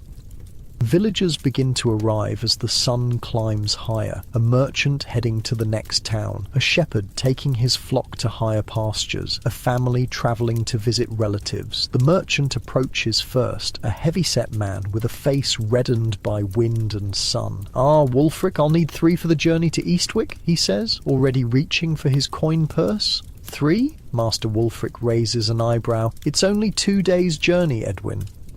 The merchant shifts uncomfortably. The road's been wet, and after what happened to the Miller family, he doesn't finish the sentence. He doesn't need to. 3 it is. Master Wulfric nods, selecting appropriate bundles. 1 for your cart, 1 for your night fire, 1 for emergency. Rotate them, as I showed you. The merchant hands over several coins, more than you'd expect for something as simple as fire. "Your new apprentice?" the merchant asks, nodding toward you. "Started today," Master Wulfric says, "still learning the value of what we do." The merchant fixes you with a serious stare. "Last winter, I was caught in a snowstorm near Westbrook. Horse went lame, night falling, temperature dropping. Without my fire bundle, you'd be looking at a frozen corpse right now instead of my ugly face." He pats the leather pouch Master Wulfric hands him. "Worth more than gold, these are."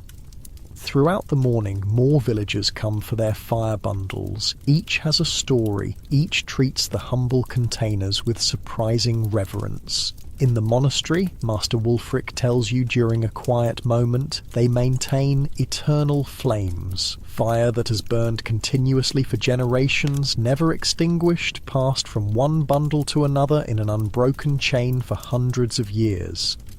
You're struck by the thought, the same flame burning for centuries, ancestral fire linking past to present. Tonight, Master Wulfric says, as the day draws to a close, you'll learn to prepare the perfect ember, not too hot, not too cool, the soul of the bundle. As you help close up the workshop, you realize something has fundamentally shifted in how you see the world. Fire isn't just something that exists when needed and disappears when not. It's a living resource, a companion that must be nurtured, protected, respected. One last thing before you go, Master Wulfric says, reaching into his personal pouch. He pulls out a small wooden container, beautifully carved with symbols you don't recognize. He hands it to you. Inside is a perfectly prepared fire bundle, your first. Never let your home fire go out again, he says quietly. This one will last a week if you're careful. Bring it back when it weakens and I'll show you how to transfer the ember. You clutch the container carefully, feeling its slight warmth against your palm. Inside this humble reed is something precious, not just heat or light, but security, survival, life itself. As you walk back down the hill toward your family's hut, the weight of the container in your hand feels significant. You're carrying more than fire. You're carrying an ancient technology, a forgotten wisdom, unlike the flashlights with batteries that die, the lighters that run out of fuel, the matches that get wet. This simple system creates a closed loop, a perpetual resource that, with care, never needs replacement. The genius isn't that it worked back then.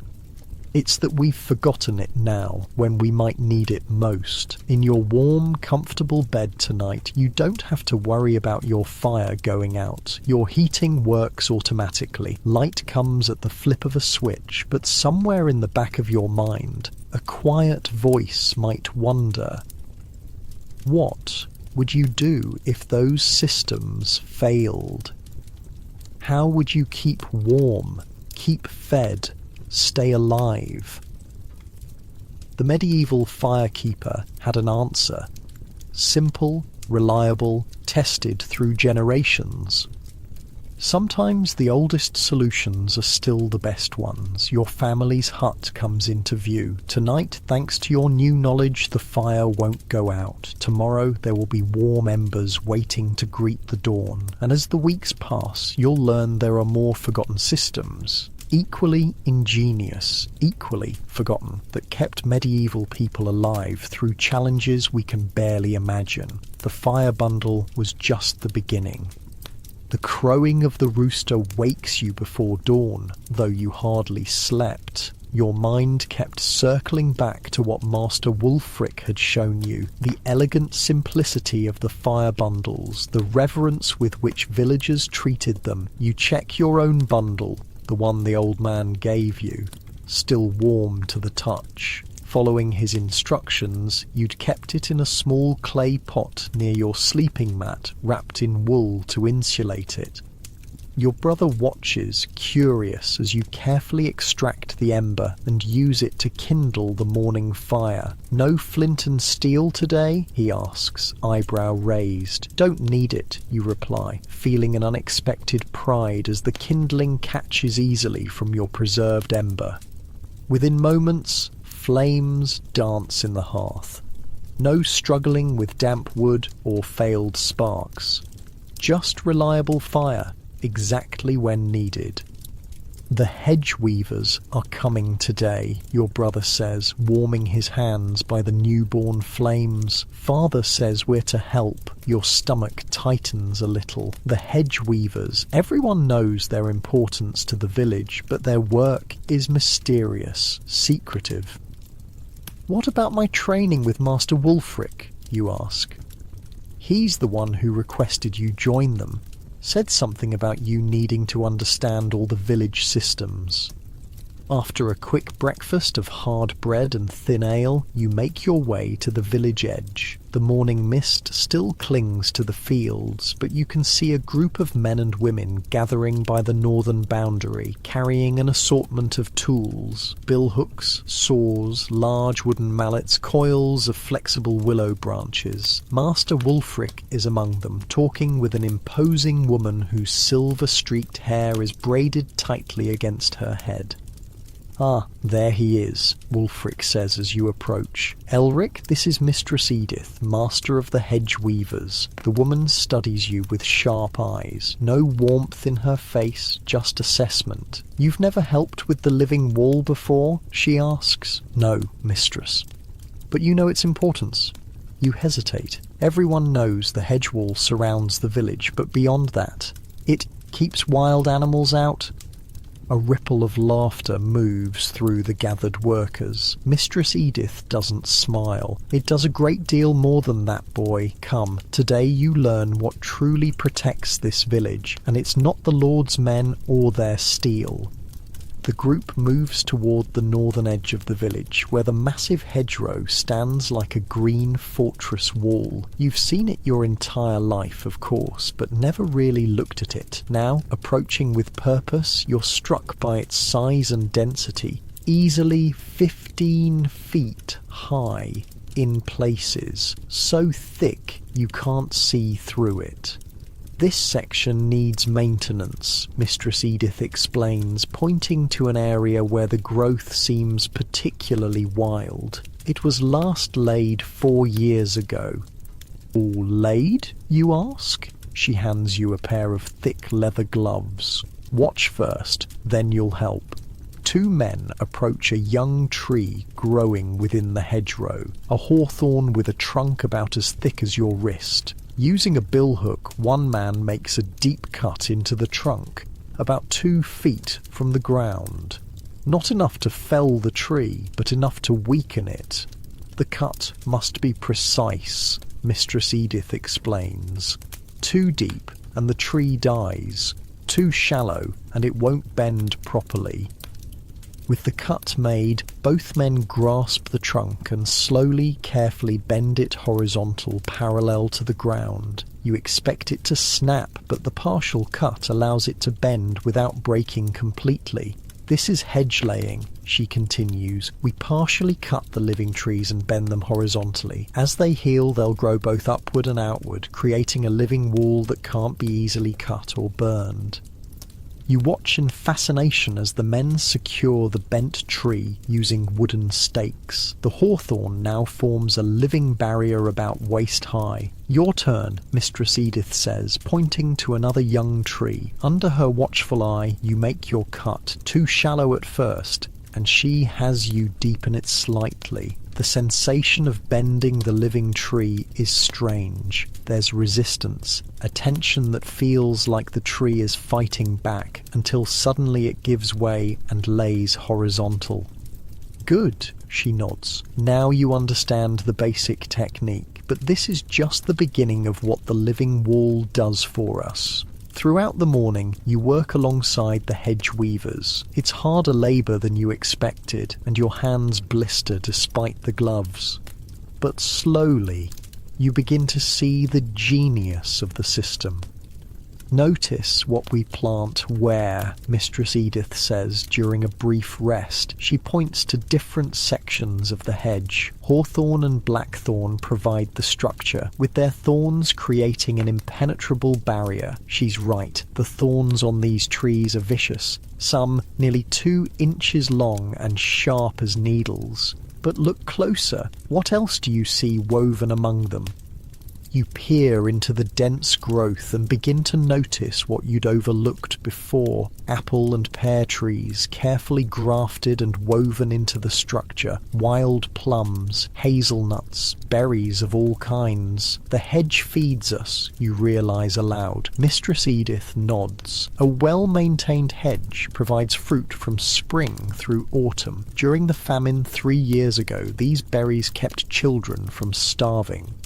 One of the older workers, a man with a heavily lined face, chimes in. My grandfather said in the great hunger of his youth, half the village survived on hedge fruit when the crops failed. And look here, Mistress Edith guides you to another section. Elder, willow, yarrow, comfrey, all with medicinal properties. So it's a living pharmacy too, you say, beginning to understand. Indeed. The same barrier that keeps wolves and raiders out also provides medicine, food, and materials.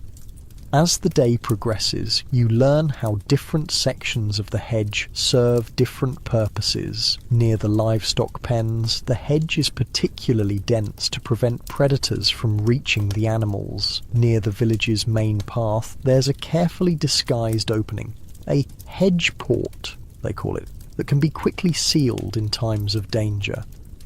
Only villagers know about this entrance, Mistress Edith explains. If raiders come, they'll waste time searching for a way through while we seal this passage. You help as they demonstrate how bundles of blackthorn can be quickly positioned to close the gap, creating a barrier so thorny that no one would dare push through it.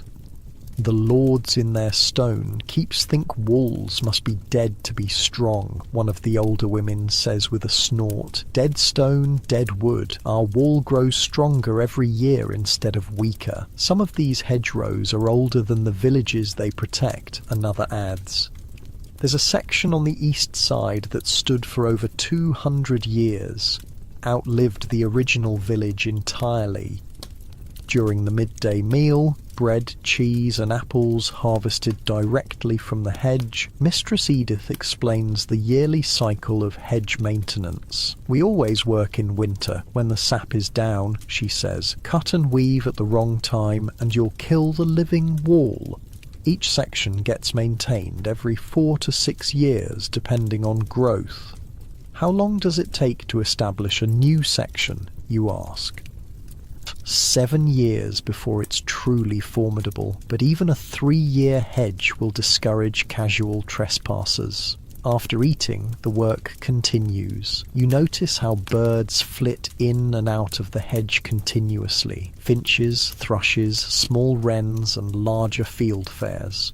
The birds are as important as the thorns, Mistress Edith tells you, following your gaze. They nest in the safety of the hedge, then feed on insects that would otherwise destroy our crops.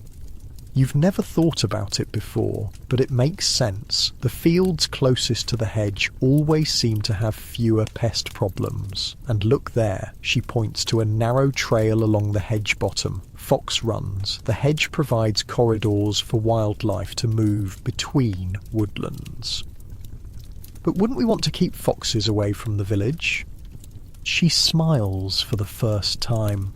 You'd think so, but foxes hunt the rats and mice that would otherwise overrun our grain stores. Everything has its place, its purpose. As the afternoon wears on, you help collect the cuttings from the hedge maintenance. Nothing goes to waste. Straight branches are set aside for tool handles. Flexible willow and bramble are coiled for basket weaving. Even the smallest twigs are gathered for kindling. In spring, Mistress Edith explains, we'll harvest specific plants for dyes, walnuts for brown, elderberries for purple, woad for blue. The more you learn, the more you realise that the simple hedge is actually an intricate multi-purpose system. Defence, food, medicine, tools, pest control, wildlife corridors, all from a living structure that strengthens rather than degrades over time. As the sun begins to set, Mistress Edith leads you to a section of hedge you haven't worked on yet. This is the oldest part of our wall, she says, with reverence in her voice, planted by my great-grandmother's grandmother, nearly 8 generations of protection. The hedge here towers nearly 20 feet high, with a trunk system so dense it resembles a solid wall of wood. The thorny exterior looks truly impenetrable. During the Great Raids 50 years ago, 3 villages in this valley were burned. Ours alone was spared. Raiders tried for 2 days to breach this wall, but couldn't get through. Eventually, they left to find easier targets. You place your hand on the ancient hedge, feeling the rough bark, the solidity of generations of growth. It's like a castle wall, but alive. Better than a castle wall, she corrects. This repairs itself, grows stronger with time, not weaker, and no lord can tax us for its maintenance. That's when you notice something unusual. Symbols carved into some of the older trees within the hedge, intricate patterns that clearly have meaning.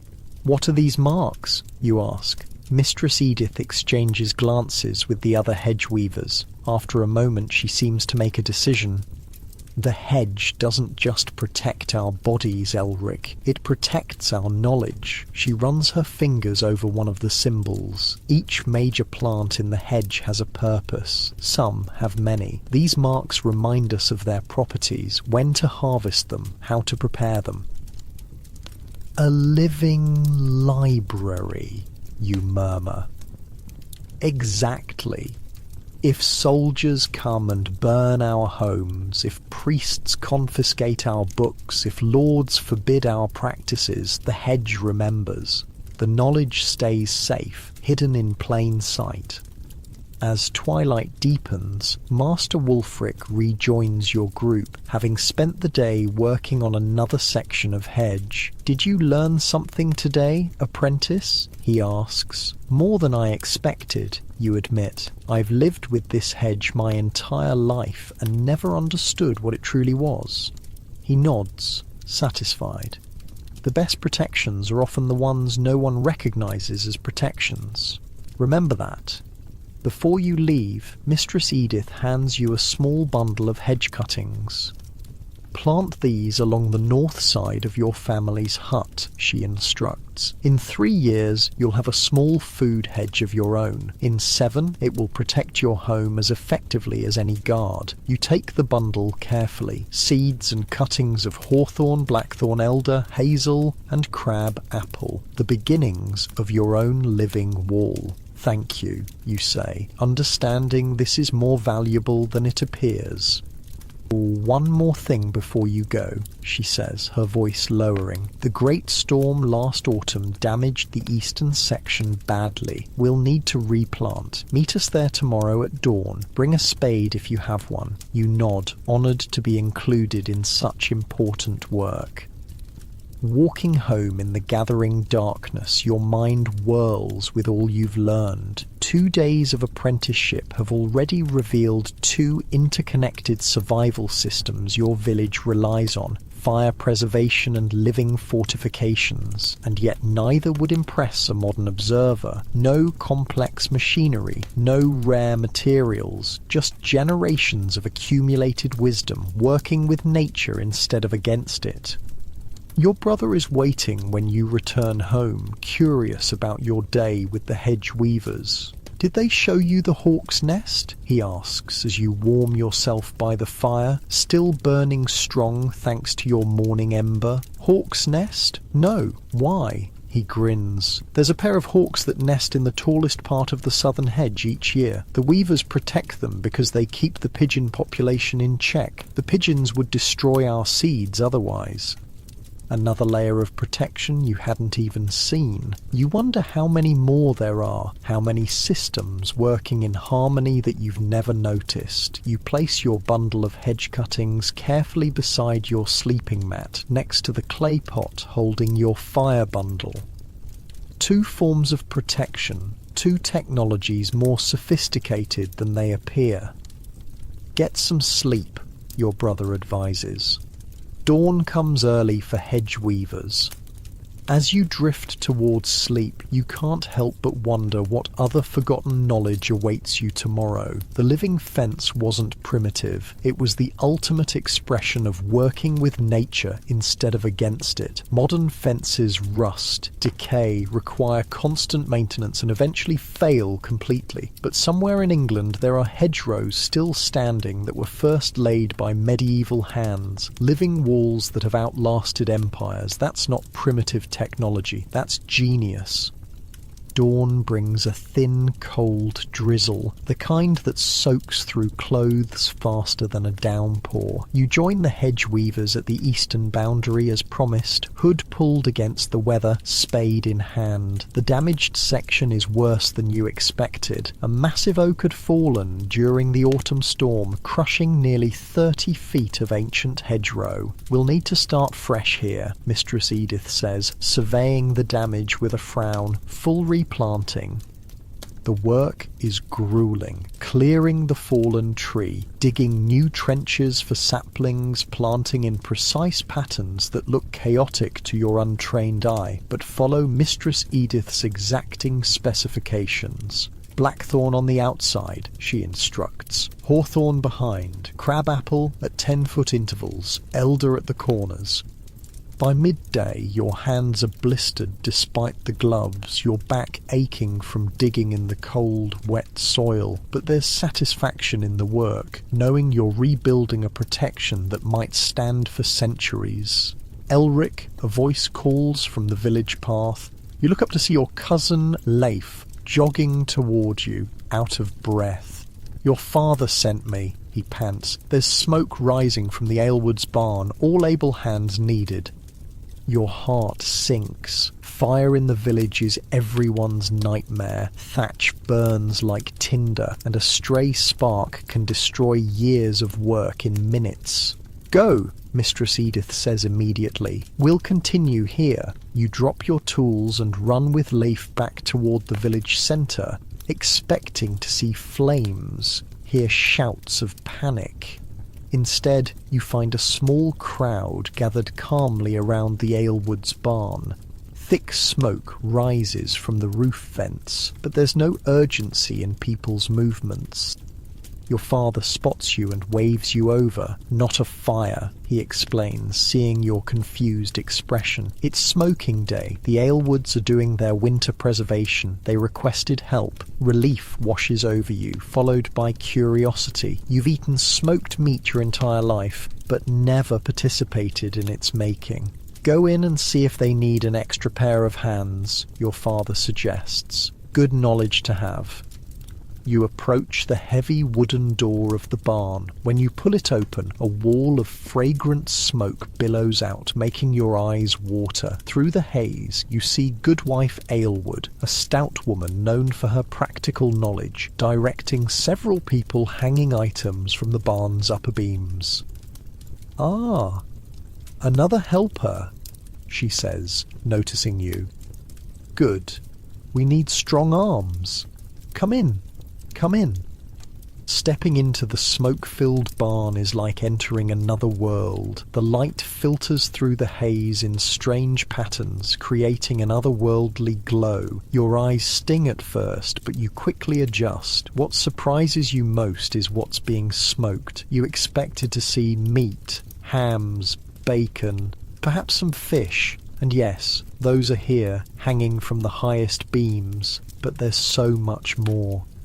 "Take these up to the middle racks," Goodwife Aylwood instructs, handing you several large cloth sacks. Not too high, mind you, that's for the meat only. The sacks are heavy, filled with what feels like grain. You raise your eyebrows in question. "Barley," she confirms. "And those over there are rye and wheat. The smoke keeps the weevils and moths away."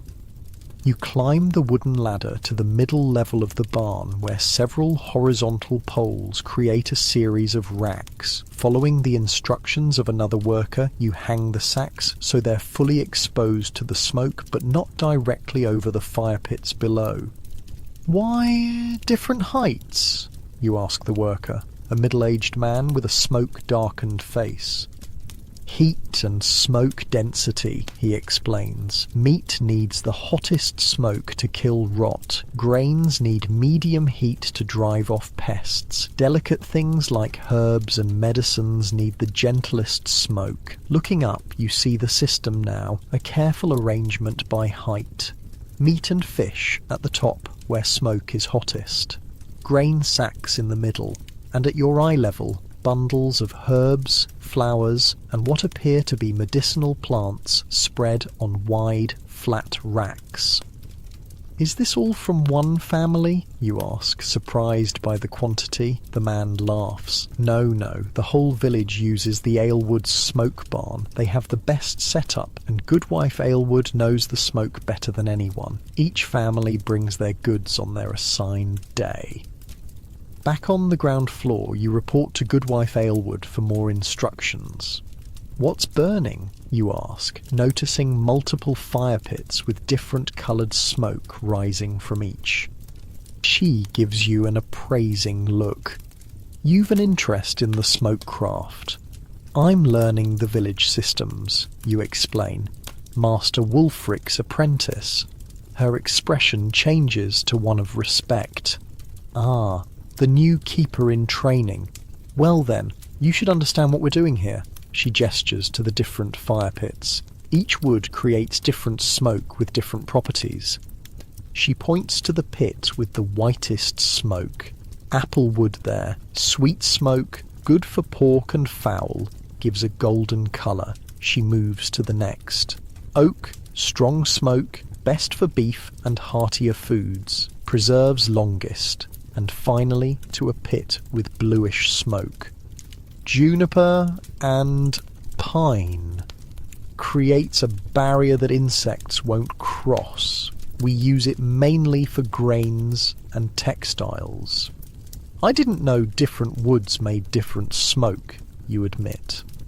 "Or most don't," she says, with a hint of pride. "They throw any wood on the fire and hope for the best, but there's knowledge in smoke. Old knowledge. For the next hour, you help carry items to their proper locations in the smoke hierarchy. It's exhausting work in the thick air, but fascinating. You see things you never expected to be smoked. Bundles of linen cloth, coils of rope, leather hides, even wooden tools.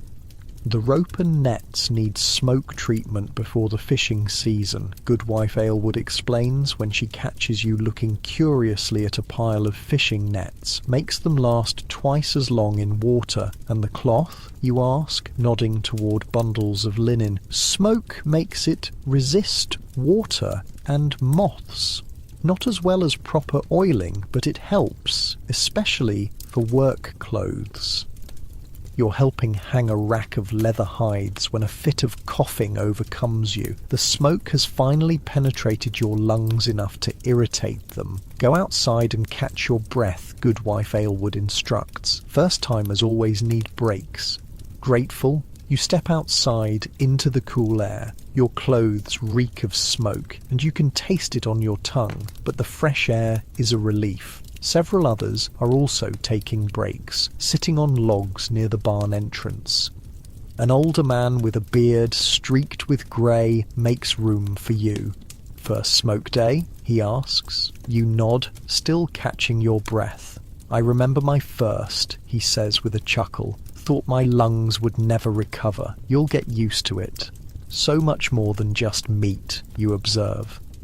"That's what the Southerners don't understand," the man says. "They smoke only for flavour. We smoke for survival." He gestures toward the barn. "A properly smoked grain sack will stay free of pests for years, not months. Smoked herbs keep their potency through the harshest winters.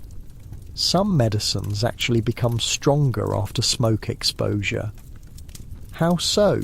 you ask, intrigued.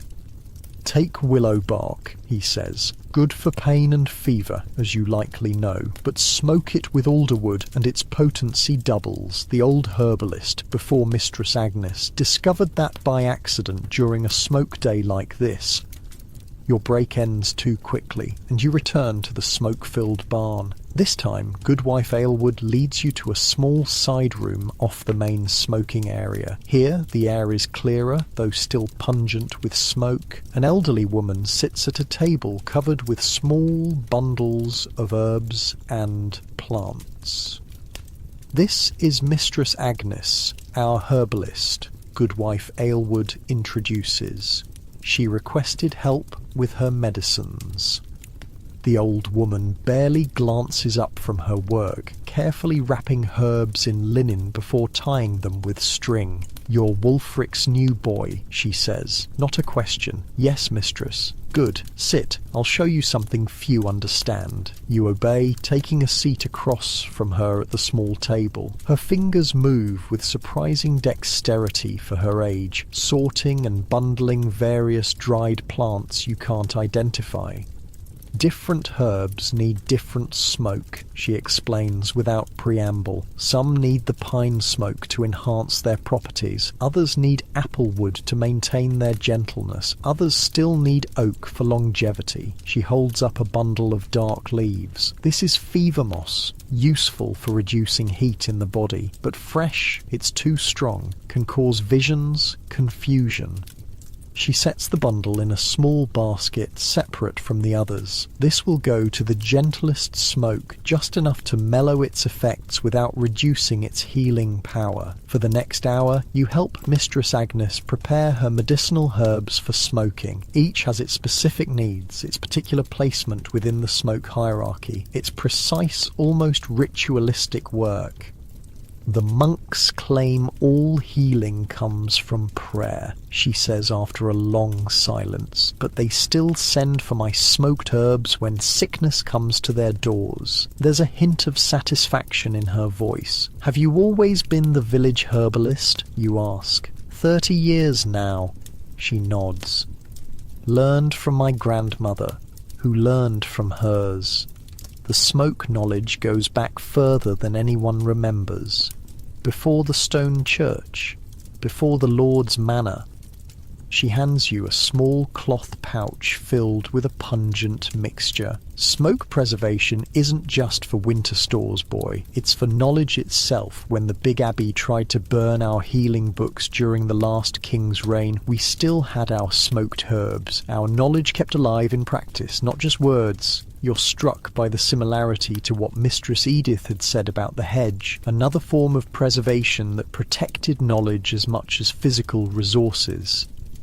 By late afternoon, the smoking is at its peak. The barn glows with an almost magical light as sunbeams pierce the thick haze. The 3 fire pits are carefully tended, different woods added in precise amounts to maintain the correct smoke quality. Goodwife Aylward leads you to a corner where several clay containers sit sealed with wax.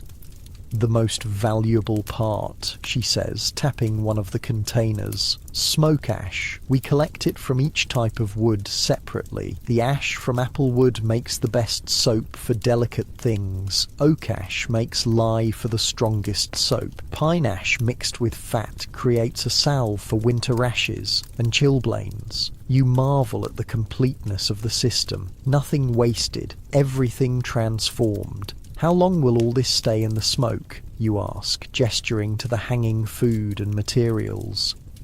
"Depends on what it is," she explains. "Herbs might need only a day or 2, grains a week. Meats can hang for nearly a month, depending on size and how long we need them to last." She points to an especially large ham hanging from the highest beam. "That one's for midwinter feast. It'll smoke for 3 weeks, then keep until winter's heart without spoiling." Your father finds you as the day's light begins to fade. Your eyes are red, your throat raw from the smoke, but your mind is alive with new understanding. "Learned something?" he asks as you walk home together. "More than I expected," you admit. "I thought smoking was just for flavour." He laughs. "That's what the rich lords think too. They smoke meat to make it taste better. We smoke to survive winter.